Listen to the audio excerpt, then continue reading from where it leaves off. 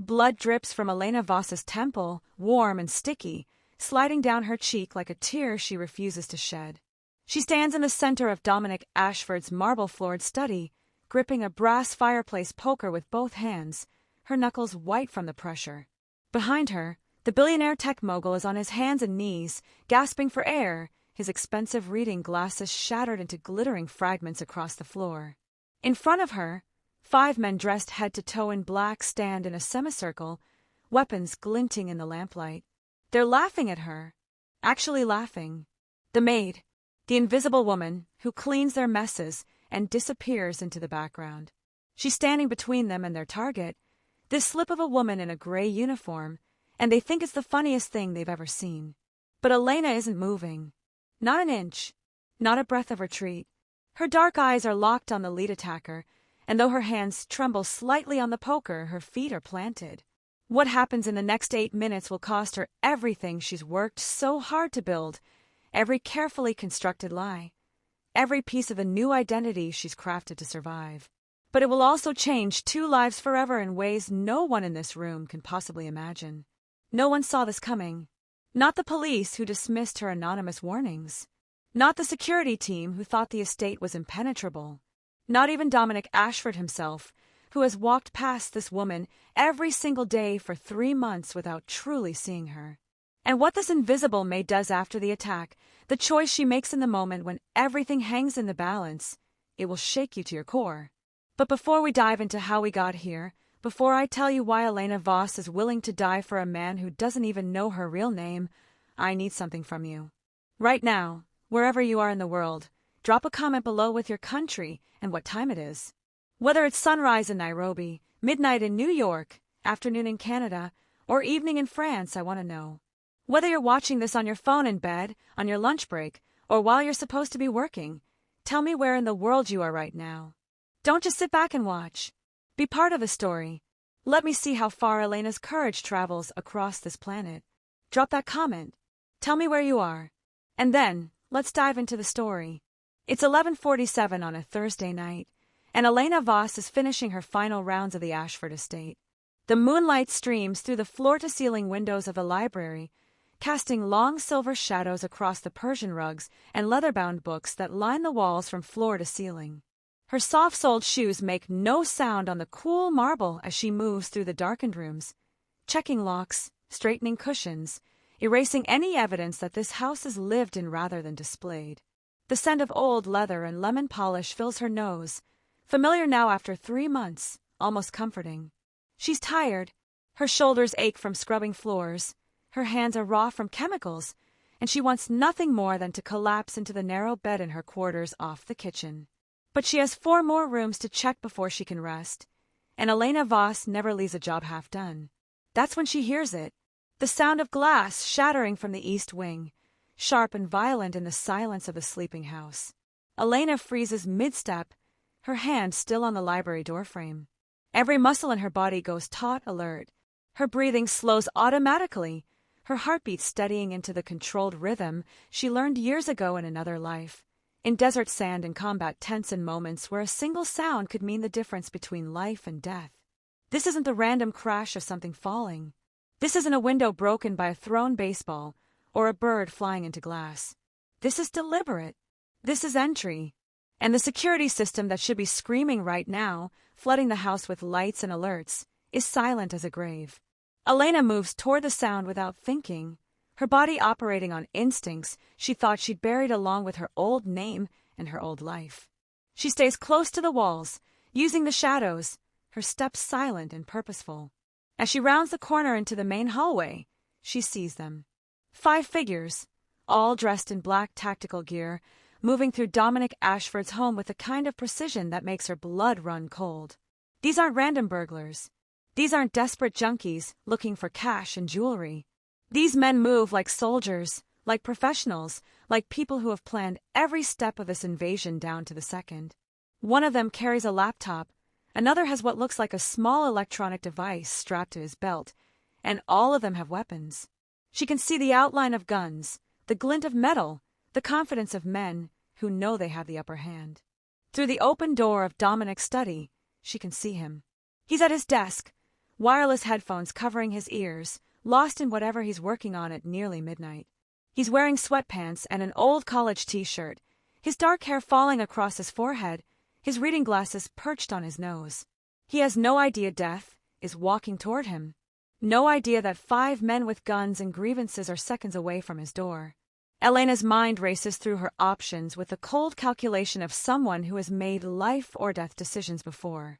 She could run to the panic room in the basement, lock herself in, call the police from there.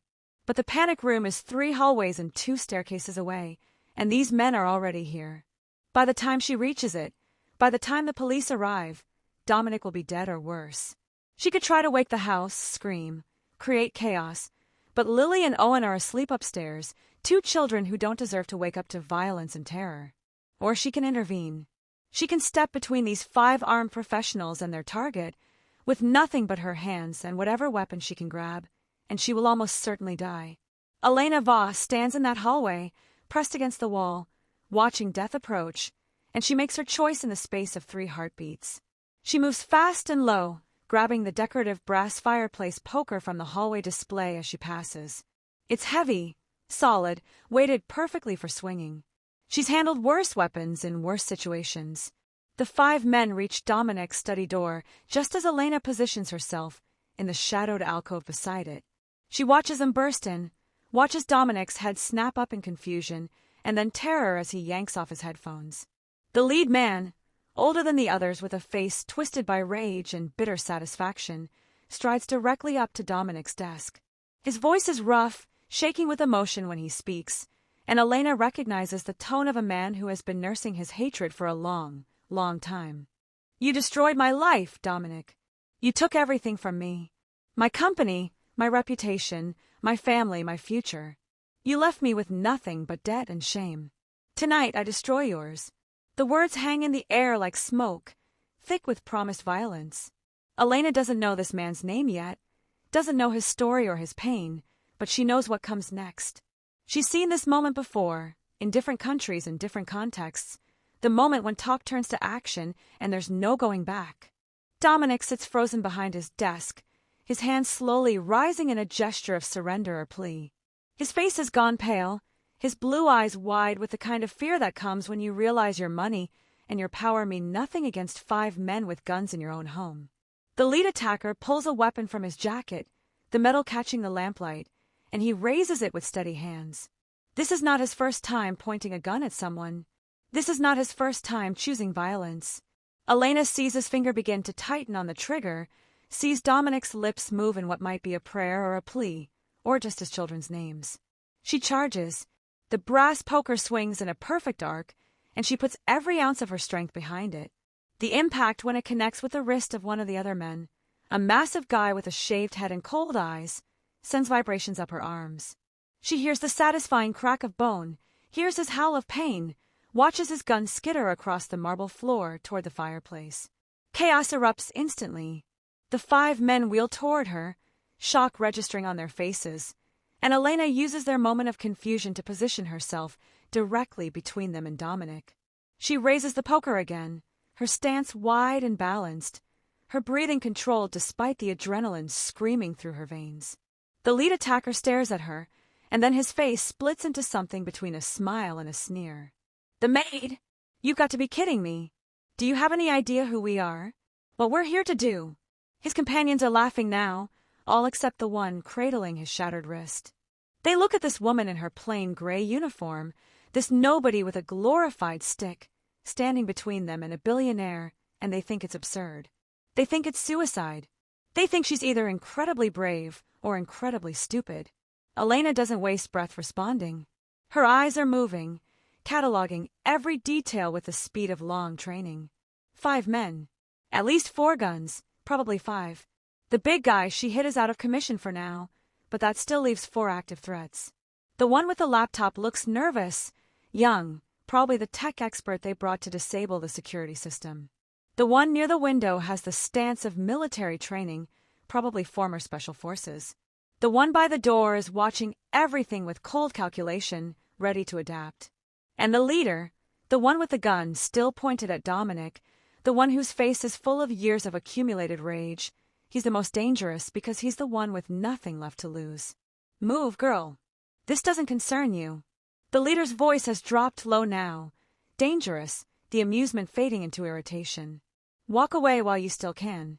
This is between me and him. It's got nothing to do with you. Elena's response is quiet but absolutely clear. You'll have to go through me first. That's when she sees it. On the belt of the nervous one, the tech specialist, there's a device. Small, digital, with numbers counting down in red LED. For minutes and 37 seconds. For 36. For 35. Elena's blood turns to ice in her veins. She knows what that is. She's seen devices like that before, in briefings and training scenarios, in the kind of situations she thought she'd left behind when she hung up her uniform and disappeared into civilian life. It's not a bomb, not in the traditional sense. It's an EMP device, a pulse generator designed to disable all electronics within a certain radius. In 4 minutes and 35 seconds, every phone, every computer, every security system, every panic button, every way to call for help will be dead. And then she realizes something even worse. The children's bedrooms are directly above the study. Lily, who just turned 11 and still sleeps with a nightlight. Owen, who's 7 and has nightmares about monsters under his bed.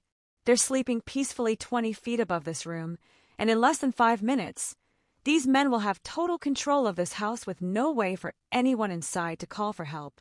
If you're already on the edge of your seat, if your heart is already racing, wait until you hear what Elena did in her past life, because this maid is not what she seems.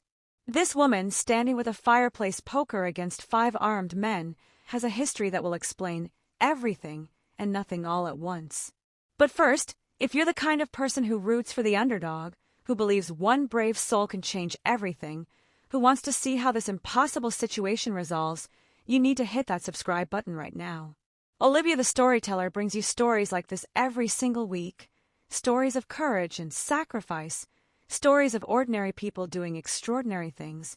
And trust me when I say tomorrow's story will leave you absolutely breathless. Don't be the person scrolling through the comments tomorrow asking what happened. Don't be the person who misses out. Hit subscribe right now. And then, let's go back to where this all began, to 3 months ago, to the day a woman with no past and no future walked through the gates of the Ashford estate and changed everything. But before we see what happens in those critical 4 minutes, before we watch Elena make the choice that will define everything, you need to understand who she really is. You need to know why a maid would stand between 5 armed men and a billionaire she barely knows. You need to see the woman behind the uniform, the soldier behind the soft-soled shoes, the survivor behind the carefully constructed smile. So let's go back, 3 months earlier, to the day everything began. Elena Voss stands outside the wrought iron gates of the Ashford estate on a Tuesday morning in late July, and she owns exactly 1 suitcase. It's a battered gray thing with a broken wheel that she has to drag rather than roll, and everything she has left in this world fits inside it with room to spare. 2 uniforms she bought from a thrift store. 3 changes of civilian clothes. A toiletry bag. An envelope containing $2,300 in cash. Every penny she has to her name. And buried at the very bottom, wrapped in a pillowcase, a military-issue combat knife she tells herself she'll throw away, but never does. The sun is already brutal at 9 in the morning, the kind of heat that makes the air shimmer and stick to your skin. And Elena has walked 4 miles from the bus station because she couldn't afford a taxi and didn't want any record of a driver dropping her at this address. Her white blouse is soaked through with sweat, her hair plastered to her neck, but when she presses the call button on the gate intercom, her voice is steady and professional. Elena Voss for the housekeeping position interview. The gate buzzes open with a metallic click that sounds like a prison door, and Elena has to remind herself that she's walking into sanctuary, not captivity. She's been running for 8 months now. 8 months since she testified in that courtroom. 8 months since she looked a powerful man in the eye and told the truth about what she'd witnessed. 8 months since she became a target. The witness protection program had promised safety, but when she saw the same car circling her apartment building 3 days in a row, when she found her apartment door unlocked when she knew she'd locked it, when the marshal assigned to her case stopped returning her calls, Elena made a choice. She ran. Again. She created a new name using skills she'd learned in the military, purchased fake references from a man in Chicago who asked no questions and applied to jobs in cities where no one would think to look for her. The Ashford estate housekeeping position had seemed perfect. Live-in staff, private estate, wealthy family who would barely notice the help. A place to disappear. Margaret Sutherland meets her at the service entrance, a woman in her mid-60s with steel-gray hair pulled back in a tight bun and eyes that miss absolutely nothing. She looks Elena up and down with the kind of assessment that sees past the sweat-stained blouse and the cheap suitcase, that somehow sees the desperation Elena is working so hard to hide. "You're younger than I expected," Margaret says, and there's a question in her voice that Elena has prepared for. "The reference letter says you worked for the Whitfield family in Boston for 3 years. Elena nods, meeting Margaret's gaze with the kind of steady confidence she doesn't feel. "Yes, ma'am. Since I was 22. They were wonderful employers, but Mrs. Whitfield passed away last spring, and Mr. Whitfield downsized to an apartment. He was kind enough to provide the reference. It's all lies, every word, but Elena delivers them like truth because she's had 8 months to practice, 8 months to become someone else." Margaret studies her for another long moment, and Elena knows this is the moment that decides everything. If Margaret makes a phone call to verify, if she digs too deep, if she asks the wrong questions, it's all over. But Margaret just nods slowly and gestures for Elena to follow her inside. The house is cool and dim after the blazing heat outside, all marble floors and soaring ceilings and the kind of quiet that money buys. You'll share duties with the day staff, but as live-in help you'll handle evening and overnight needs, Margaret explains as they walk. Dinner preparation assistance, evening cleanup, overnight security checks, early morning breakfast setup. The family keeps unusual hours. Mr. Ashford often works until 2 or 3 in the morning. The children are homeschooled and keep their own schedules. You'll have Sundays off and a half day on Wednesdays. Your quarters are off the kitchen. Small but private. Elena nods at everything, agreeing to whatever terms will get her inside these walls, get her hidden behind this gate, get her lost in the background of this wealthy family's life. "When can you start?" Margaret asks, and Elena says today. Right now. Immediately. She has nowhere else to go and no reason to wait, and something in her immediate availability seems to satisfy Margaret in a way that careful deliberation wouldn't. Margaret hands her a uniform, shows her to a room barely bigger than a closet with a narrow bed and a small window, and tells her to change and report to the kitchen in 15 minutes. Elena closes the door, sits on the edge of the bed, and allows herself exactly 30 seconds to shake. Then she changes into the gray uniform, pulls her hair back, and becomes invisible. Her first encounter with Dominic Ashford happens within an hour of starting work, and it's so brief she almost wonders if it happened at all. She's carrying a stack of fresh linens down the main hallway when he rounds the corner, moving fast with a phone pressed to his ear and irritation written across his face. He's tall, lean, dressed in expensive casual clothes that probably cost more than Elena earned in a month at any legitimate job. He walks right past her without a glance, without a pause, without any indication that he registers her existence at all. Elena presses herself against the wall to let him pass, and she watches him disappear around the corner, still talking rapid-fire into his phone about quarterly projections and market shares and firing someone named Davidson. She stands there for a moment, holding the linens, and realizes that she's just experienced something she desperately needs. Invisibility. To Dominic Ashford, she is part of the furniture, part of the house itself, no more worthy of notice than the marble under his feet or the art on his walls. And that invisibility, that complete lack of recognition, is exactly what will keep her alive. Over the next few days, Elena learns the rhythm of the household and the geography of neglect. Dominic Ashford walks past her at least twice a day and never once makes eye contact. He takes his coffee in the library, his lunch in his office, his dinner alone at the formal dining table while he reads reports on his tablet. He speaks to her exactly once in the first 2 weeks, and that's to say excuse me when he needs to reach past her for the sugar bowl, and even then he doesn't look at her face.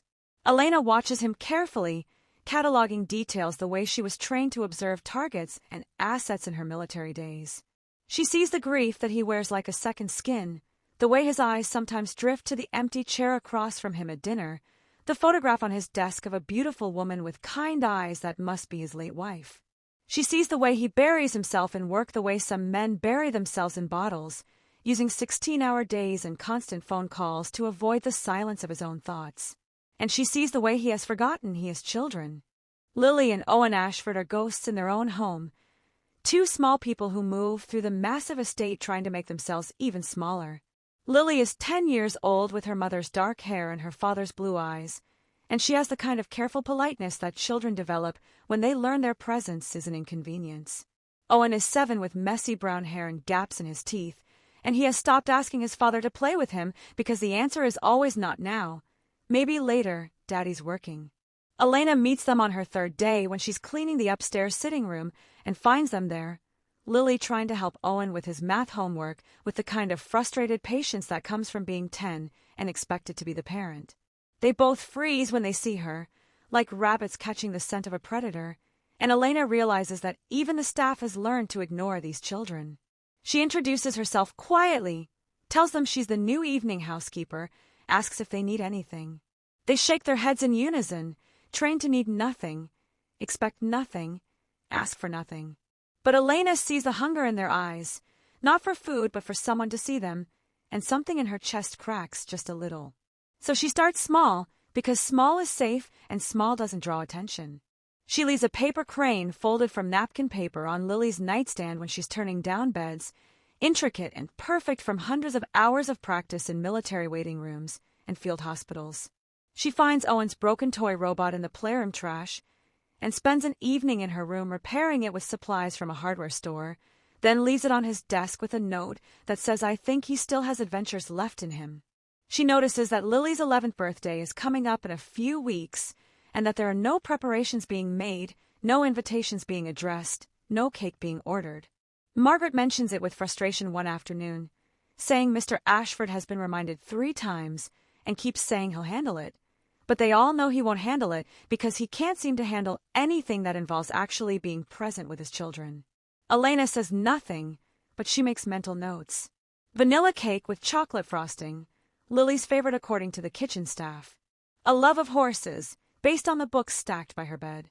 A desperate desire to feel special, to be celebrated, to matter to someone. The children start seeking Elena out after that first week, appearing in whatever room she's cleaning with transparent excuses and hungry eyes. Lily asks her opinion on book reports. Owen shows her drawings he's made. They time their appearances to coincide with her work, and Elena understands that they're starved for attention, for someone who sees them as more than obligations or inconveniences. She talks to them while she works, asks about their days, listens to their stories with genuine interest. She teaches Lily how to fold origami during a rainstorm when the child is bored and restless. She sits with Owen when he has a nightmare and his father doesn't hear him calling. And slowly, carefully, these 2 neglected children begin to see her as the one adult in the mansion who actually notices they exist, while their father continues to walk past all 3 of them like they're invisible. But Elena's nights are harder than her days because the darkness brings back everything she's trying to forget. She develops a routine in her small room off the kitchen, a ritual that helps her feel safe even though she knows safety is an illusion. Every evening before bed, she checks every window in the room, tests the lock on her door twice, and positions her shoes by the bed pointing toward the exit so she can slip into them in the dark without thinking. She sleeps in clothes rather than pajamas, always prepared to run. She keeps her door slightly ajar so she can hear anyone approaching, keeps her phone charging on the nightstand within arm's reach. She wakes at every sound, adrenaline spiking, her hand reaching for the knife she keeps under her pillow before her conscious mind even registers what woke her. Some nights, she dreams she's back in Afghanistan, in the medical tent with the sound of helicopters overhead and wounded soldiers crying for their mothers. Some nights, she dreams about the courtroom, about the look on that powerful man's face when she testified against him, the promise of retribution in his eyes. Some nights she doesn't dream at all, just lies awake listening to the old house settle and creak, mapping exit routes in her mind, calculating how fast she could reach the gate if someone came for her. It's during one of these sleepless nights, around 2 in the morning in her 2nd week at the estate, that Elena's hand starts shaking while she's polishing the silver service in the kitchen. She's alone, the house quiet except for the hum of the refrigerator, and suddenly her hands are trembling, so badly, she has to set down the teapot before she drops it. It's a PTSD episode. She knows it, recognizes the signs from the mandatory counseling sessions the military made her attend before discharge. The feeling that the walls are closing in, that danger is imminent, that she's not safe anywhere no matter how many locks are between her and the world. Her breathing goes shallow and rapid, her heart hammering against her ribs, and she has to grip the edge of the counter to keep from sliding to the floor. She doesn't hear Margaret enter the kitchen, doesn't register the older woman's presence until a gentle hand touches her shoulder and Margaret's voice says, quietly, "Breathe with me, dear. In through your nose, out through your mouth, that's it." Margaret doesn't ask questions, doesn't demand explanations, just stands there with her hand on Elena's shoulder until the panic passes and the shaking stops. Then she makes Elena a cup of tea with honey, sits across from her at the kitchen table, and says nothing at all. But Elena knows that Margaret sees her, really sees her, perhaps for the first time since she arrived. And she knows that the older woman is choosing to keep that knowledge to herself, is choosing not to ask the questions that Elena can't answer. It's an act of kindness that makes Elena want to cry, but she doesn't. She just drinks her tea and whispers thank you, and Margaret pats her hand and tells her to get some sleep. The shift happens on a Thursday evening in her third week, and it's so small that anyone who wasn't paying attention would miss it entirely. Elena is finishing her evening rounds, checking that all the main floor lights are off and doors are locked, when she passes the library and sees light still glowing from under the door. She opens it quietly, expecting to find it empty with someone having forgotten to switch off the lamp, but instead she finds Dominic Ashford slumped in one of the leather armchairs with an empty bottle of expensive scotch on the side table and a photograph clutched in his hand. He's drunk, really drunk, staring at the picture with eyes that are raw with grief even 3 years after whatever loss created that expression. The photograph is of a woman, the same one from his desk, laughing in sunlight with a garden behind her and joy written across her face. His late wife, Elena realizes, the children's mother, and Dominic Ashford is sitting in the dark mourning her like she died yesterday instead of 3 years ago, letting the alcohol numb him the same way work numbs him during the day, lost in his pain and completely unaware that he has 2 living children upstairs who need him desperately. Elena stands in the doorway watching him for a long moment, and she knows he has no idea she's there. She could leave. She should leave. This is not her business, not her place, not her problem. But she thinks about Lily practicing her birthday wish to herself in the bathroom mirror where she thinks no one can hear. She thinks about Owen crying himself to sleep because his father canceled another promise. And she makes a choice. Elena moves silently across the library, sets a glass of water on the table next to the empty bottle, places 2 aspirin beside it. She takes a throw blanket from the back of the sofa and drapes it carefully over Dominic's sleeping form, gentle enough that he doesn't stir. Then she switches off the lamp and leaves, closing the door softly behind her. It's such a small thing, such a minor kindness, that she doesn't think about it again. But the next morning when she's setting up breakfast in the dining room, Dominic walks in and stops. He stands in the doorway looking at her, really looking at her for the first time since she arrived, and there's confusion in his eyes like he's trying to solve a puzzle.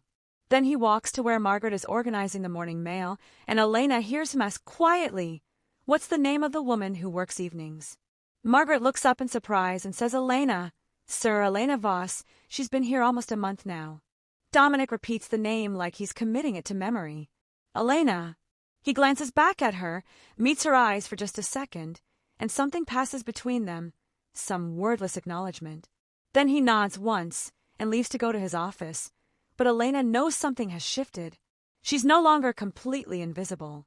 He knows her name, and that tiny crack in her carefully constructed anonymity makes her both hopeful and terrified in equal measure. Drop a fire emoji in the comments if you've ever felt invisible in your own life, if you've ever felt like your struggles didn't matter to anyone, if you've ever been the person in the room that everyone looks through instead of at. Elena thought invisibility would keep her safe, thought that being nobody to everyone would protect her from the people hunting her. She had no idea that in just 3 months, that invisibility would become her greatest weapon. She had no idea that the billionaire who didn't know her name and the children who were starving for attention would become the reason she'd be willing to die. Keep watching, because what happens next will show you exactly how a woman with nothing to lose becomes someone with everything to fight for. Elena Voss becomes the perfect employee in the way that only someone with something to hide can be perfect. Her alarm goes off at 5:30 every morning, and she's up before the sound can fully register, her body trained by years of military discipline to wake instantly and completely. By 6, she has coffee brewing in the kitchen, filling the house with the rich aroma that Margaret says is the best part of morning. By 6:30, she's laid out breakfast options in the dining room, checked that the morning newspapers are properly arranged, and confirmed that all the household systems are functioning correctly. By 7, she's already mentally mapped out her entire day, every task organized with the kind of efficiency that comes from knowing that staying busy means staying necessary, and staying necessary means staying safe. She moves through the Ashford estate like water, present everywhere but noticed nowhere, and within 2 months Margaret pulls her aside and says with genuine warmth that Elena is the best hire she's made in 20 years of managing this household. Elena smiles and thanks her and feels the weight of that praise like stones in her pocket, because every compliment is another reason people might look closer, might ask questions, might wonder about the woman who appeared out of nowhere with impeccable references that don't hold up to serious scrutiny. But there are things about Elena that even Margaret's sharp eyes might miss if she's not looking carefully enough. The way Elena never sits with her back to a door. The way she positions herself while working so that she can always see the main entrances to whatever room she's in. Some unconscious tactical awareness that makes her gravitate toward corners and walls. The way she tracks everyone who comes and goes from the estate, mentally cataloging the regular delivery drivers, the pool maintenance crew, the gardeners, the security team members. She knows which UPS driver always arrives between 2 and 2:30 on Tuesdays. She knows which security guard smokes cigarettes behind the garage during his shift. She knows that the dry cleaning is delivered every Thursday morning by a woman named Rosa who has worked for the same service for 12 years. Elena files all this information away without conscious thought, building a baseline of normal so that she'll instantly recognize when something is abnormal, when something is wrong. It's a survival skill, so deeply ingrained that she couldn't turn it off if she wanted to, this constant vigilance that keeps her alive but also keeps her exhausted, always watching, always assessing, always ready to run. The children become the unexpected center of her life at the estate, these 2 small humans who need her in ways that make her chest ache with feelings she can't afford to have. Lily starts appearing in whatever room Elena is working in with her homework spread across the nearest table, asking casual questions about math problems or history assignments that they both know she could solve herself. What Lily really wants is company, someone to sit with her while she works, someone to celebrate when she gets an answer right and encourage her when she's struggling. Elena finds herself explaining algebra concepts while she dusts bookshelves, talking through essay structures while she folds laundry, and somehow teaching has become part of her unofficial job description.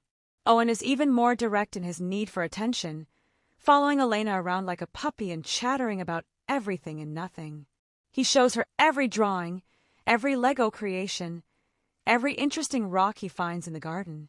And one afternoon when Elena notices him struggling with his shoelaces, getting frustrated and near tears because he's 7 and still can't tie them properly, she sits down on the floor with him and spends 20 minutes teaching him the bunny ear method until he gets it right. The joy on his face when he finally succeeds, the way he immediately runs to show his father only to find Dominic on a conference call with a raised hand signaling not now. The way Owen's shoulders slump as he walks back to Elena, it breaks something in her that she didn't know could still break. They start calling her Miss Elena, these children who are desperate for any adult to see them as more than obligations. Not Elena, or Miss Voss, or Hey You, but Miss Elena said with the kind of affection that makes her dangerous attachment to them grow deeper every day. She tells herself she's just being kind, just doing what any decent person would do, but the truth is that Lily and Owen are filling a hole in her own life that she didn't realize was there. Elena has been alone for so long, running for so long, invisible for so long, that having these 2 kids look at her like she matters, like her presence makes their world better, it's intoxicating and terrifying in equal measure. What Elena doesn't know is that Dominic has started noticing. He's coming out of his office more often, appearing in doorways and hallways where he has no particular reason to be, and he's watching. Watching Elena teach his daughter. watching Elena make his son laugh with terrible jokes and silly faces. And one evening when he's walking past the playroom and hears all three of them laughing at some game they've invented, he stops. He just stands there in the hallway listening to his children laugh with genuine joy for the first time in longer than he can remember, and something in his face shifts. It's the first genuine smile anyone has seen on Dominic Ashford in 3 years, and even he doesn't realize it's there until Margaret walks past and does a double take at the expression on his face. He clears his throat and walks away quickly, but the moment has planted something, some small seed of awareness that his house has come back to life, and he's been too blind to see it happening. The security detail changes in Elena's 8th week at the estate, and she notices immediately, even though no one announces it or makes any kind of formal introduction. The 2 guards who have been working the evening shift since she arrived are suddenly replaced by new faces, and these new men move differently. The old guards were professional but relaxed, the kind of security that wealthy people hire because they're supposed to have security, not because they actually expect danger. They knew everyone's names, chatted with the staff, did crossword puzzles during the quiet hours. These new guards are different. They're harder, sharper, and less interested in friendly conversation. One of them has the kind of military bearing that Elena recognizes because she has it too, that particular way of standing and moving that comes from training and combat experience. The other is younger, but has eyes that track everything, hyper-vigilant in a way that makes Elena's own instincts ping with recognition. She mentions nothing to Margaret about the change because it's not her place to comment on security decisions, and she doesn't want to draw attention to the fact that she's paying attention to security at all. So she just adjusts her own routine slightly, makes sure she knows where both guards are at all times, and continues to be invisible while seeing everything. It's on a Wednesday afternoon 3 days after the security change that Elena overhears the argument, and she wishes desperately that she hadn't. She's cleaning the hallway outside Dominic's office when his voice rises loud enough to carry through the heavy wooden door, angry in a way she's never heard from him before. The voice coming through his speakerphone is equally angry, male and rough with barely controlled rage. "You can't do this, Dominic. We built that company together. You can't just force me out like I'm nothing." And Dominic's response is cold and businesslike in that way that powerful people have when they're exercising their power. "The board voted, Garrett. The decision is final. You'll receive your settlement package as outlined in the partnership agreement, but your involvement with Ashford Innovations ends immediately." The man on the phone, Garrett apparently, lets out a sound that's half laugh and half snarl. "You destroyed my life, Dominic. You took everything I built, everything I am, and you're throwing me away like garbage." And Dominic's voice is utterly unmoved when he responds. "You destroyed yourself, Garrett. Your decisions, your choices. I'm simply doing what's best for the company." The final words from the speakerphone come through with such venom that Elena actually stops breathing. "You'll regret this, Dominic. I promise you that. You'll regret this for the rest of your life." Then there's the click of the call ending, and Elena is standing in the hallway with a dust cloth in her hand and ice in her veins. She knows that tone. She's heard that tone before from men, who mean exactly what they say, who are making promises they fully intend to keep. The name Garrett Finch gets filed away in her memory with a red flag next to it, and that evening Elena does something she swore she wouldn't do. She uses the estate's Wi-Fi to research Garrett Finch on her phone, and what she finds makes her blood run cold. Garrett Finch was Dominic Ashford's original business partner, the co-founder of Ashford Innovations back when it was just 2 guys in a garage with a dream. The company that made Dominic a billionaire made Garrett wealthy too, at least for a while. But somewhere along the way things fell apart. Elena finds news articles about internal disputes, about Garrett's increasingly erratic behavior, about financial irregularities that were never quite proven but were investigated extensively. She finds the announcement of his forced resignation 6 months ago, the carefully worded press release that talks about pursuing other opportunities while everyone in the industry knew he'd been pushed out in disgrace. And then she finds the personal stuff that didn't make the major news outlets, but is scattered across social media and gossip sites. Garrett's divorce finalized 2 months after his resignation. His bankruptcy filing 3 months after that. His restraining order from his ex-wife citing threats and instability. His increasingly unhinged posts on social media about betrayal and revenge, and people getting what they deserve. The most recent post is from just 5 days ago, and all it says is patience is a virtue and justice is coming. Elena screenshots everything, stores it in a hidden folder on her phone, and lies awake all night wondering what she should do with this information. She can't go to Dominic with it because she has no legitimate reason to have been researching his business partner, and drawing attention to her surveillance capabilities would raise questions she can't answer. She can't go to the police because what would she even report? That a man made vague, threatening statements and posts ominous things online. Welcome to the internet. So she does nothing except stay more alert, watch more carefully, and hope that she's just being paranoid. It's 2 a.m, 3 days after the phone argument, when Elena can't sleep and makes her way to the kitchen for tea, and she's startled to find Dominic already there.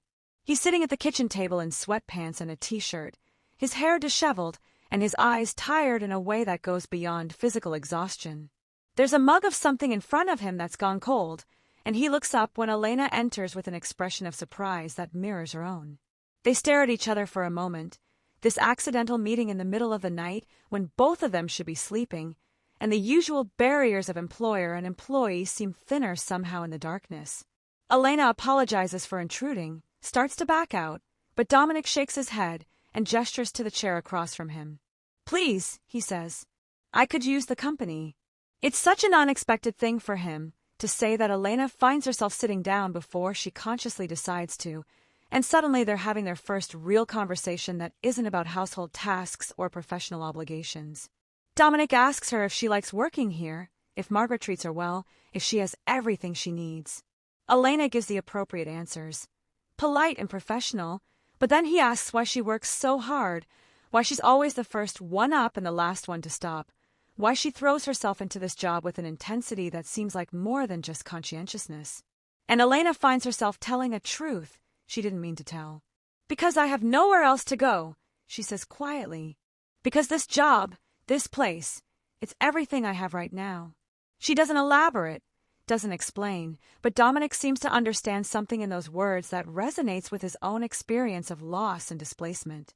He tells her about his wife then, about Caroline, who died 3 years ago in a car accident so sudden and senseless that he still can't quite believe she's gone. He tells her about drowning in work because it's the only thing that makes sense, the only place where problems have solutions and effort produces results. He tells her about failing his children, about knowing he's failing them and not knowing how to stop, about the guilt that sits on his chest like a weight every time he sees them. And Elena listens without judgment, without platitudes, because she knows about grief and guilt and the ways people survive when surviving seems impossible. When he asks about her life before, about her family, about how she ended up here, Elena gives him carefully constructed half-truths. Her parents are gone, which is true. They died when she was young. She has no siblings, also true. She's been moving around for work, reinventing herself in new places, trying to find where she belongs. All technically true if you leave out the critical details about why she's moving and what she's running from. Dominic watches her while she talks, and Elena can feel him trying to see past the words to the story underneath, but she's had practice hiding, and she gives him nothing concrete to grab onto. What she doesn't hide, what she can't hide, is the loneliness that bleeds through her voice when she talks about not having a place to belong. That emotion is real and raw and completely honest, and Dominic reaches across the table to touch her hand briefly, a gesture of connection that makes them both freeze. He pulls back quickly, clearing his throat, and the moment breaks. Elena excuses herself, taking her untouched tea and fleeing back to her room, but she lies awake for hours thinking about the warmth of his hand on hers and the understanding in his eyes, and she knows she's crossing a line she swore she'd never cross. She's starting to care. About the children, about Dominic, about this broken family that she was supposed to be using as camouflage. And caring makes her vulnerable in ways that could get them all killed. The surveillance starts the next day, and at first Elena thinks she's imagining it because she's tired and paranoid and her conversation with Dominic has left her emotionally exposed. But then she sees it again, and she knows with complete certainty that something is wrong. It's a dark blue sedan, expensive but not flashy, and it circles the property 3 times in the space of an hour. Each time it slows as it passes the main gate, and Elena can see someone in the passenger seat looking up at the house with binoculars. She's standing by the upstairs window folding laundry when she spots it the 3rd time, and she immediately pulls out her phone and photographs the license plate with the zoom function. The image is grainy but readable, and she saves it with a date and timestamp. She tells no one because what would she say? That a car drove past the house 3 times, and that's suspicious. In a wealthy neighborhood where people regularly drive slowly looking at the massive estates, she has no proof, no evidence, nothing but her instinct screaming that this is reconnaissance. That evening, a white van with no company markings parks down the road with a clear line of sight to the estate, and it stays there for over an hour before driving away. Elena photographs that too, gets the license plate, notes the exact time and location. She's building a case file in her head, even though she has no one to present it to, documenting evidence of a threat she can't prove exists. She goes to bed that night with her knife under her pillow and her phone in her hand, and she doesn't sleep at all. She's listening for sounds that shouldn't be there, watching the security camera feed on her phone that she's not supposed to have access to but figured out how to hack into during her second week using skills from her Army intelligence training. Everything is quiet. Everything is normal. But Elena knows how operations work, knows that surveillance comes before action, knows that someone is watching this house and planning something. A week later, she sees the blue sedan again, this time parked across the street for 20 minutes before driving away. 2 days after that, she sees the white van again in a different location, but with the same clear view of the property. And then, 2 weeks after she first noticed the surveillance, the security system malfunctions. Just for an hour, just long enough that all the cameras go offline, and the gate control is unresponsive and the panic buttons don't connect to the monitoring service. The security company is apologetic when they restore function, blames a software glitch, says it won't happen again. But Elena knows there are no coincidences, knows that someone just tested whether they could disable the estate's defenses, and knows with absolute certainty that something is coming. She doesn't know when. She doesn't know exactly what. But she knows it's not a matter of if anymore. It's a matter of when. And she knows with a cold clarity that she should run right now, should pack her single suitcase and disappear before she gets caught in whatever is about to happen. But when she thinks about Lily and Owen sleeping peacefully in their beds, when she thinks about Dominic working late in his office, completely unaware of the danger circling his home, Elena knows she's not going anywhere. She's done running. This time, she's going to stand her ground. If your heart is pounding right now, if you're feeling that cold dread of knowing something terrible is coming and being powerless to stop it, drop a comment right now. Tell me if you've ever seen danger coming and had no way to prove it, no way to warn anyone without sounding crazy. Tell me if you've ever had to choose between running to save yourself or staying to protect people who don't even know they're in danger. Because Elena is about to make a choice that will define everything, and you need to stick around to see what happens when a woman with combat training and nothing left to lose decides that some things are worth fighting for. Don't you dare click away now. We're just getting to the part where everything explodes. Lily Ashford turns 11 on a Saturday in late September, exactly 1 month before the night that will change everything, and her father has forgotten. Not completely forgotten, because when Margaret reminds him at breakfast 3 days before, he looks stricken and promises he'll handle it. He'll plan something special, just give him a day to figure it out. But the days pass and Dominic gets pulled into an emergency board meeting, and then a crisis with a product launch, and then a trip to Seattle that gets extended by 2 days, and suddenly it's Friday night, and Lily's birthday is tomorrow, and there are no plans, no cake ordered, no gifts wrapped, nothing. Margaret finds Elena in the laundry room that evening, and the frustration on her face is clear as crystal. That man loves those children, she says with exasperation, but love isn't worth much if you're never actually present to show it. Elena listens and nods and says nothing, but later that night when everyone else is asleep, she sits at the kitchen table with her laptop and her phone, and she starts making calls. The party comes together like a military operation, and Elena runs it with the same precision and determination she once used to coordinate medical evacuations under fire. She calls the bakery that Margaret mentioned Lily loves, and pays extra for a rush order on a vanilla cake with chocolate frosting and raspberry filling. She contacts the mothers of 3 girls from Lily's online classes, explains that she's organizing a surprise party, asks if their daughters would like to attend. She orders decorations overnight from Amazon using her own credit card because she doesn't have time to go through proper household purchasing channels. She sets up tables in the backyard, strings lights through the trees, creates a whole magical space that looks like it took weeks to plan instead of 18 hours of frantic work. When Dominic calls Saturday morning from the airport saying he's stuck in Seattle until evening, that he's so sorry but he'll make it up to Lily somehow, Elena tells him not to worry, tells him everything is under control, and doesn't mention what she spent the last 24 hours doing. She wants Lily to have this day.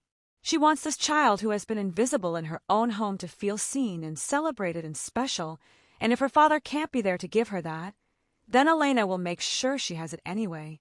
At 2 o'clock on Saturday afternoon, Lily comes downstairs in jeans and a t-shirt expecting another quiet, forgotten birthday, and she walks into the backyard to find 30 balloons, streamers in purple and silver, which are her favorite colors, a table set with presents wrapped in glittery paper, and 4 girls from her classes squealing her name with genuine excitement. The look on Lily's face in that moment is something Elena will remember for the rest of her life. It's pure shock followed by pure joy, this explosion of happiness that transforms her from a careful, quiet child into a vibrant 11-year-old girl who can't stop smiling. The party is loud and chaotic and perfect, with games that Elena half remembers from her own childhood and pizza that gets delivered right on time, and a cake that makes all the girls gasp when Elena carries it out with 11 lit candles. They sing happy birthday off-key and enthusiastic, and Lily closes her eyes to make a wish, and when she opens them she's looking directly at Elena with an expression of such gratitude and love that it physically hurts. After the candles are blown out and the cake is being served, Lily crosses the yard and throws her arms around Elena in a fierce hug, and she whispers into Elena's shoulder, "Thank you for seeing me." Just those 5 words, but they carry the weight of years of being overlooked and dismissed and treated as an afterthought in her own home. Elena hugs her back and fights tears, because somewhere in the last 3 months these children have stopped being the family she's hiding behind and have become her family, the people she would do anything to protect. And that's dangerous beyond measure for someone who's supposed to stay detached and ready to run. Owen spends the whole party as Lily's devoted assistant, helping serve cake, picking up discarded wrapping paper, making sure everyone is having fun, and he keeps running back to Elena every few minutes like he needs to check that she's still there, that this isn't a dream that will disappear if he looks away too long. The other mothers who drop off and pick up their daughters make polite conversation with Elena, assuming she's a family friend or maybe a nanny, and Elena doesn't correct them because explaining that she's actually the evening housekeeper who organized an entire birthday party without the employer's knowledge would raise questions she can't answer. The party winds down around 5, the last guest leaves at 5:30, and Elena is in the kitchen with Owen helping to put away leftover food when she hears the front door open and Dominic's voice calling out. He sounds tired and guilty, probably rehearsing an apology in his head, and then he must see the balloons still floating in the hallway because his voice cuts off abruptly. Elena watches from the kitchen doorway as he walks through the house, following the trail of decorations, and his face when he steps into the backyard and sees the party setup is a complicated mix of emotions that Elena can't fully read. Confusion, surprise, shame, relief, and then Lily is running to him, still wearing her party crown made of purple construction paper, chattering about the cake and the games, and how Emma from her writing class told the funniest joke and Owen helped her open presents, and it was the best birthday ever. Dominic listens to his daughter with his hands on her shoulders and something breaking across his face, and when Lily pauses for breath, he asks who organized all of this. Margaret appears from somewhere with perfect timing and says clearly, "Elena organized everything, sir. Every detail. She's been working on it for days." Dominic's eyes find Elena across the yard where she's trying to be invisible, trying to fade into the background like good staff should, and for the first time since she arrived at this estate he really sees her. Not as the maid, not as the woman who leaves aspirin by his chair, but as the person who is raising his children while he's too buried in his own pain to do it himself. Elena is laughing at something Owen is saying, and she has flour in her hair from the baking she did this morning at 4 a.m., and her uniform has a stain on it from where someone spilled juice during the party, and she looks tired but genuinely happy in a way that makes her face completely different from the careful professional mask she usually wears. Something cracks in Dominic's carefully constructed walls, some piece of the armor he's been wearing for 3 years, and he walks across the yard toward Elena with purpose in his stride. She sees him coming and straightens up, brushing self-consciously at the flour in her hair, and suddenly she looks nervous in a way she never looks when she's working. Dominic stops a few feet away from her and just looks at her for a long moment, and Elena can feel Margaret watching from the patio, can feel the weight of this moment shifting into something that shouldn't happen between an employer and his staff. "Thank you," Dominic says finally, and his voice is rough with emotion he's not quite hiding. "You did this for Lily. For my daughter. When I failed to. When I forgot what mattered." Elena wants to deflect, to minimize, to say it was nothing and retreat to her proper place, but Lily is holding her father's hand and looking at both of them with such hope that Elena can't bring herself to lie. "They deserve to be celebrated," she says quietly. "Both of them. They're incredible kids, and they deserve to know that someone sees how special they are." The words hang in the air with an accusation Elena didn't intend, the implication clear that someone should be Dominic himself. He absorbs it without flinching, his jaw tight, and then he says something that surprises everyone, including himself. "I've been absent. Not just physically, but in every way that matters. And you've been here. You've been seeing them when I couldn't. I don't know how to thank you for that." Elena meets his eyes and sees genuine gratitude there, genuine shame, genuine awareness of his failures as a father, and she says the only thing she can think to say. "They just need you to be present, Mr. Ashford. Not perfect, just present. That's all any child really needs." The evening shifts after that conversation, becoming something Elena didn't anticipate and probably should have prevented. After Lily and Owen show their father every single present and retell every moment of the party with the detailed enthusiasm of children who have finally gotten their parents' attention, Dominic suggests they all have some leftover cake. Margaret starts to organize it as a family affair, clearly ready to dismiss Elena back to her quarters, but Dominic stops her and asks Elena directly if she'll stay. "Please," he adds, and it's the please that makes it impossible to refuse, even though every professional instinct Elena has is screaming that this is a boundary violation. Staff doesn't socialize with the family. Staff doesn't sit at the kitchen table eating cake and drinking coffee with the billionaire who signs their paychecks. But Elena finds herself saying yes and sitting down in one of the kitchen chairs while Margaret gives her a look that's equal parts understanding and warning, and suddenly they're all together like they're actually a family instead of an employer and his hired help. The children are giddy with sugar and excitement, bouncing off the walls with energy despite the late hour, and Lily begs Elena to tell them stories. Not fairy tales or books, but real stories. Stories about Elena's life. And Elena freezes for a second because her real stories are full of blood and trauma and classified operations she can't discuss. But Owen is looking at her with those bright, expectant eyes, and Lily is leaning forward across the table, and even Dominic is watching her with interest. So Elena starts talking. She tells them heavily edited versions of her time in the army, removes all the combat and death and fear, adds humor and adventure, and makes herself sound far braver than she ever felt. She tells them about the time she had to give emergency medical care to a colonel who was terrified of needles, and how this huge, intimidating man turned out to be scared of a tiny piece of metal. She tells them about learning to eat local food in countries where she couldn't read the menu and ending up with some truly interesting meals. She tells them about the friends she made, the places she saw, the feeling of serving something bigger than herself. She edits out the helicopter crashes and the triage decisions and the nightmares that still wake her up, turns her military service into a series of amusing anecdotes appropriate for children. But Dominic is watching her face while she talks, and Elena knows he's hearing what she's not saying, seeing past the funny stories to the reality underneath. When Owen asks why she left the army if she loved it so much, Elena's smile gets smaller, and she says simply that sometimes things change and you have to find a new path. And that's when Dominic reaches across the table and touches her hand briefly, just for a second, a gesture of understanding from someone who knows about lives being completely derailed. The children eventually run out of energy around 9 o'clock, crashing hard from the excitement and sugar, and Elena helps get them ready for bed while Dominic stands in the doorway of Owen's room watching this woman who works for him tuck his son in with the practiced gentleness of someone who genuinely cares. After both children are asleep and the house is quiet, Elena should go to her quarters. She should absolutely go to her quarters and maintain the professional distance that's already been eroded too much today. But when she comes back downstairs, Dominic is still in the kitchen cleaning up the last of the party debris, and he asks her to sit with him for a few minutes, says he wants to talk to her, and Elena makes the mistake of agreeing.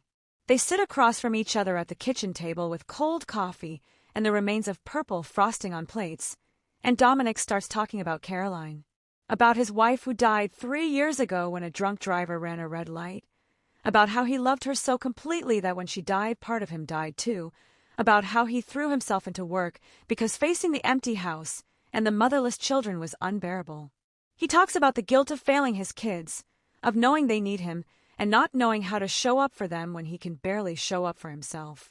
And then he asks Elena about loss, asks if she understands what it's like to have your entire life destroyed in a moment, and Elena finds herself being more honest than she's been with anyone in months.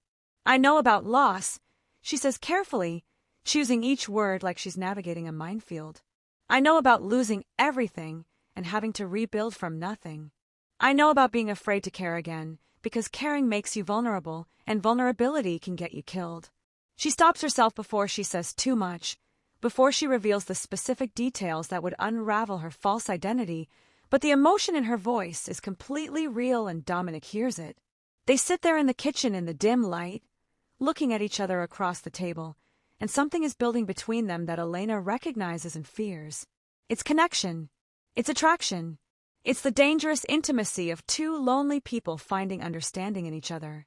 The moment stretches too long, charged with possibility, and Elena is about to say something, or do something, or maybe just run when Margaret appears in the kitchen doorway like a guardian angel wielding a dish towel. She clears her throat meaningfully and says that it's quite late and Elena must be exhausted from organizing such a wonderful party, and perhaps it would be best if everyone got some rest. It's a dismissal wrapped in concern, and Elena seizes it gratefully, standing up so fast she almost knocks over her chair. She excuses herself with professional politeness, thanks Dominic for allowing her to celebrate with the family, and flees to her quarters with her heart pounding and her hands shaking. Elena lies awake in her narrow bed with her knife under her pillow and her phone charging on the nightstand, and she's terrified. Not of Garrett Finch, or the surveillance, or the attack she knows is coming, but of what she felt sitting in that kitchen with Dominic Ashford. She felt like she belonged. She felt like she was home.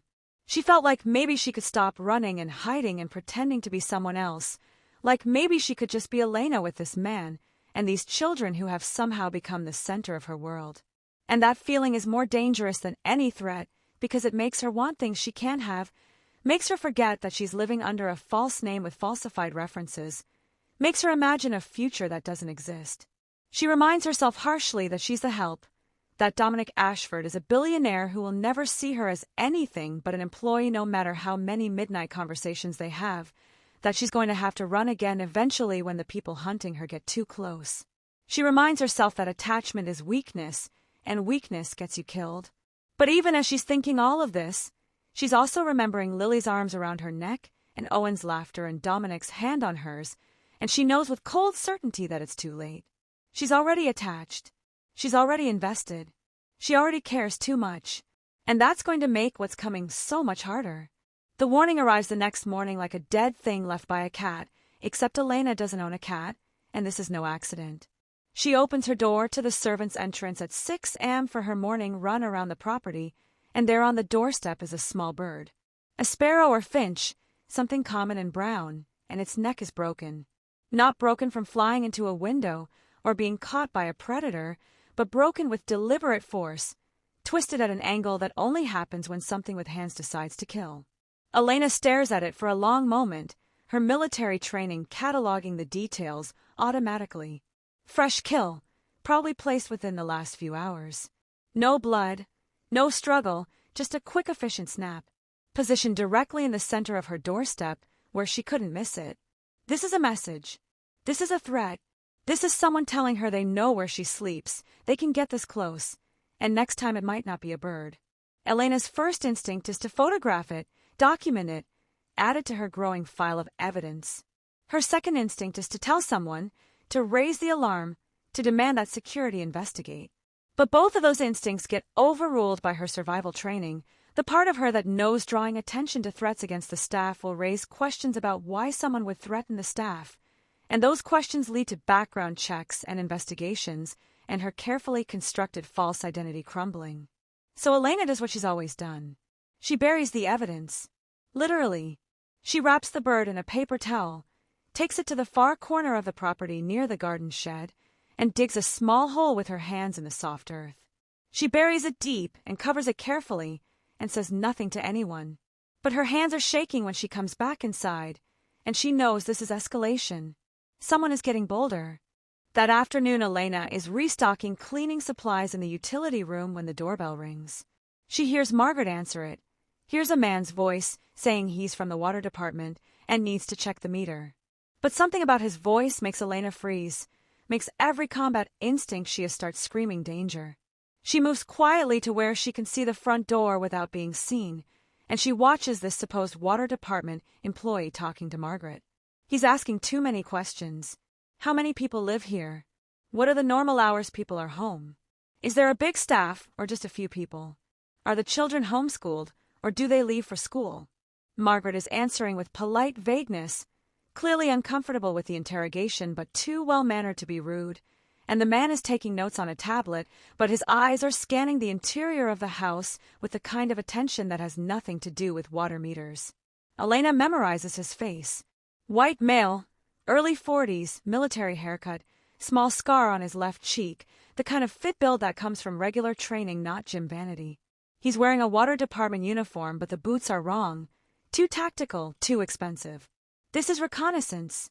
This is someone gathering intelligence for an operation. And he's pretending to be official so that no one questions his presence or his questions. When he finally leaves, Elena approaches Margaret and casually asks if they were expecting a meter check, if that's something that happens regularly. Margaret looks confused and says no, she doesn't think so, but she supposes these things happen, and she didn't think to ask for identification because he seemed legitimate. Elena suggests gently that maybe they should review security protocols, make sure everyone on staff knows to verify credentials before letting anyone onto the property, perhaps even have a security company do an audit of their systems. Margaret pats her hand and says that's very thoughtful, dear, but really they're perfectly safe here. This is one of the most secure neighborhoods in the city. There's nothing to worry about. Elena smiles and agrees and says of course Margaret is right, and then she goes to her quarters and adds this to her file. Blue sedan circling the property. White vent surveillance. Security system malfunction. Dead bird on her doorstep. Fake water department employee asking detailed questions. The picture is clear to anyone with tactical training. Someone is planning an assault on this house, and they're in the final stages of preparation. Elena has maybe 3 weeks, maybe less, before whatever is coming arrives. That night after everyone is asleep, Elena conducts her own security audit of the entire estate. She checks every window, every door, every potential entry point with the methodical thoroughness of someone who has planned both infiltrations and defenses.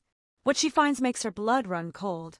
The security system is good but not great, with blind spots in coverage that any professional would notice. The cameras don't cover the north side of the property, where trees block the view. The motion sensors don't extend to the perimeter fence in several locations. The security guards are undertrained and overconfident, the kind of rent-a-cops who have never faced a real threat and wouldn't know what to do if they did. She discovers that the panic room exists, but it's in the basement, which is tactically insane because if intruders enter through the main floor, then anyone upstairs is trapped with no safe place to retreat. The exterior gates can be bypassed from the north side where the fence is lower and obscured by landscaping.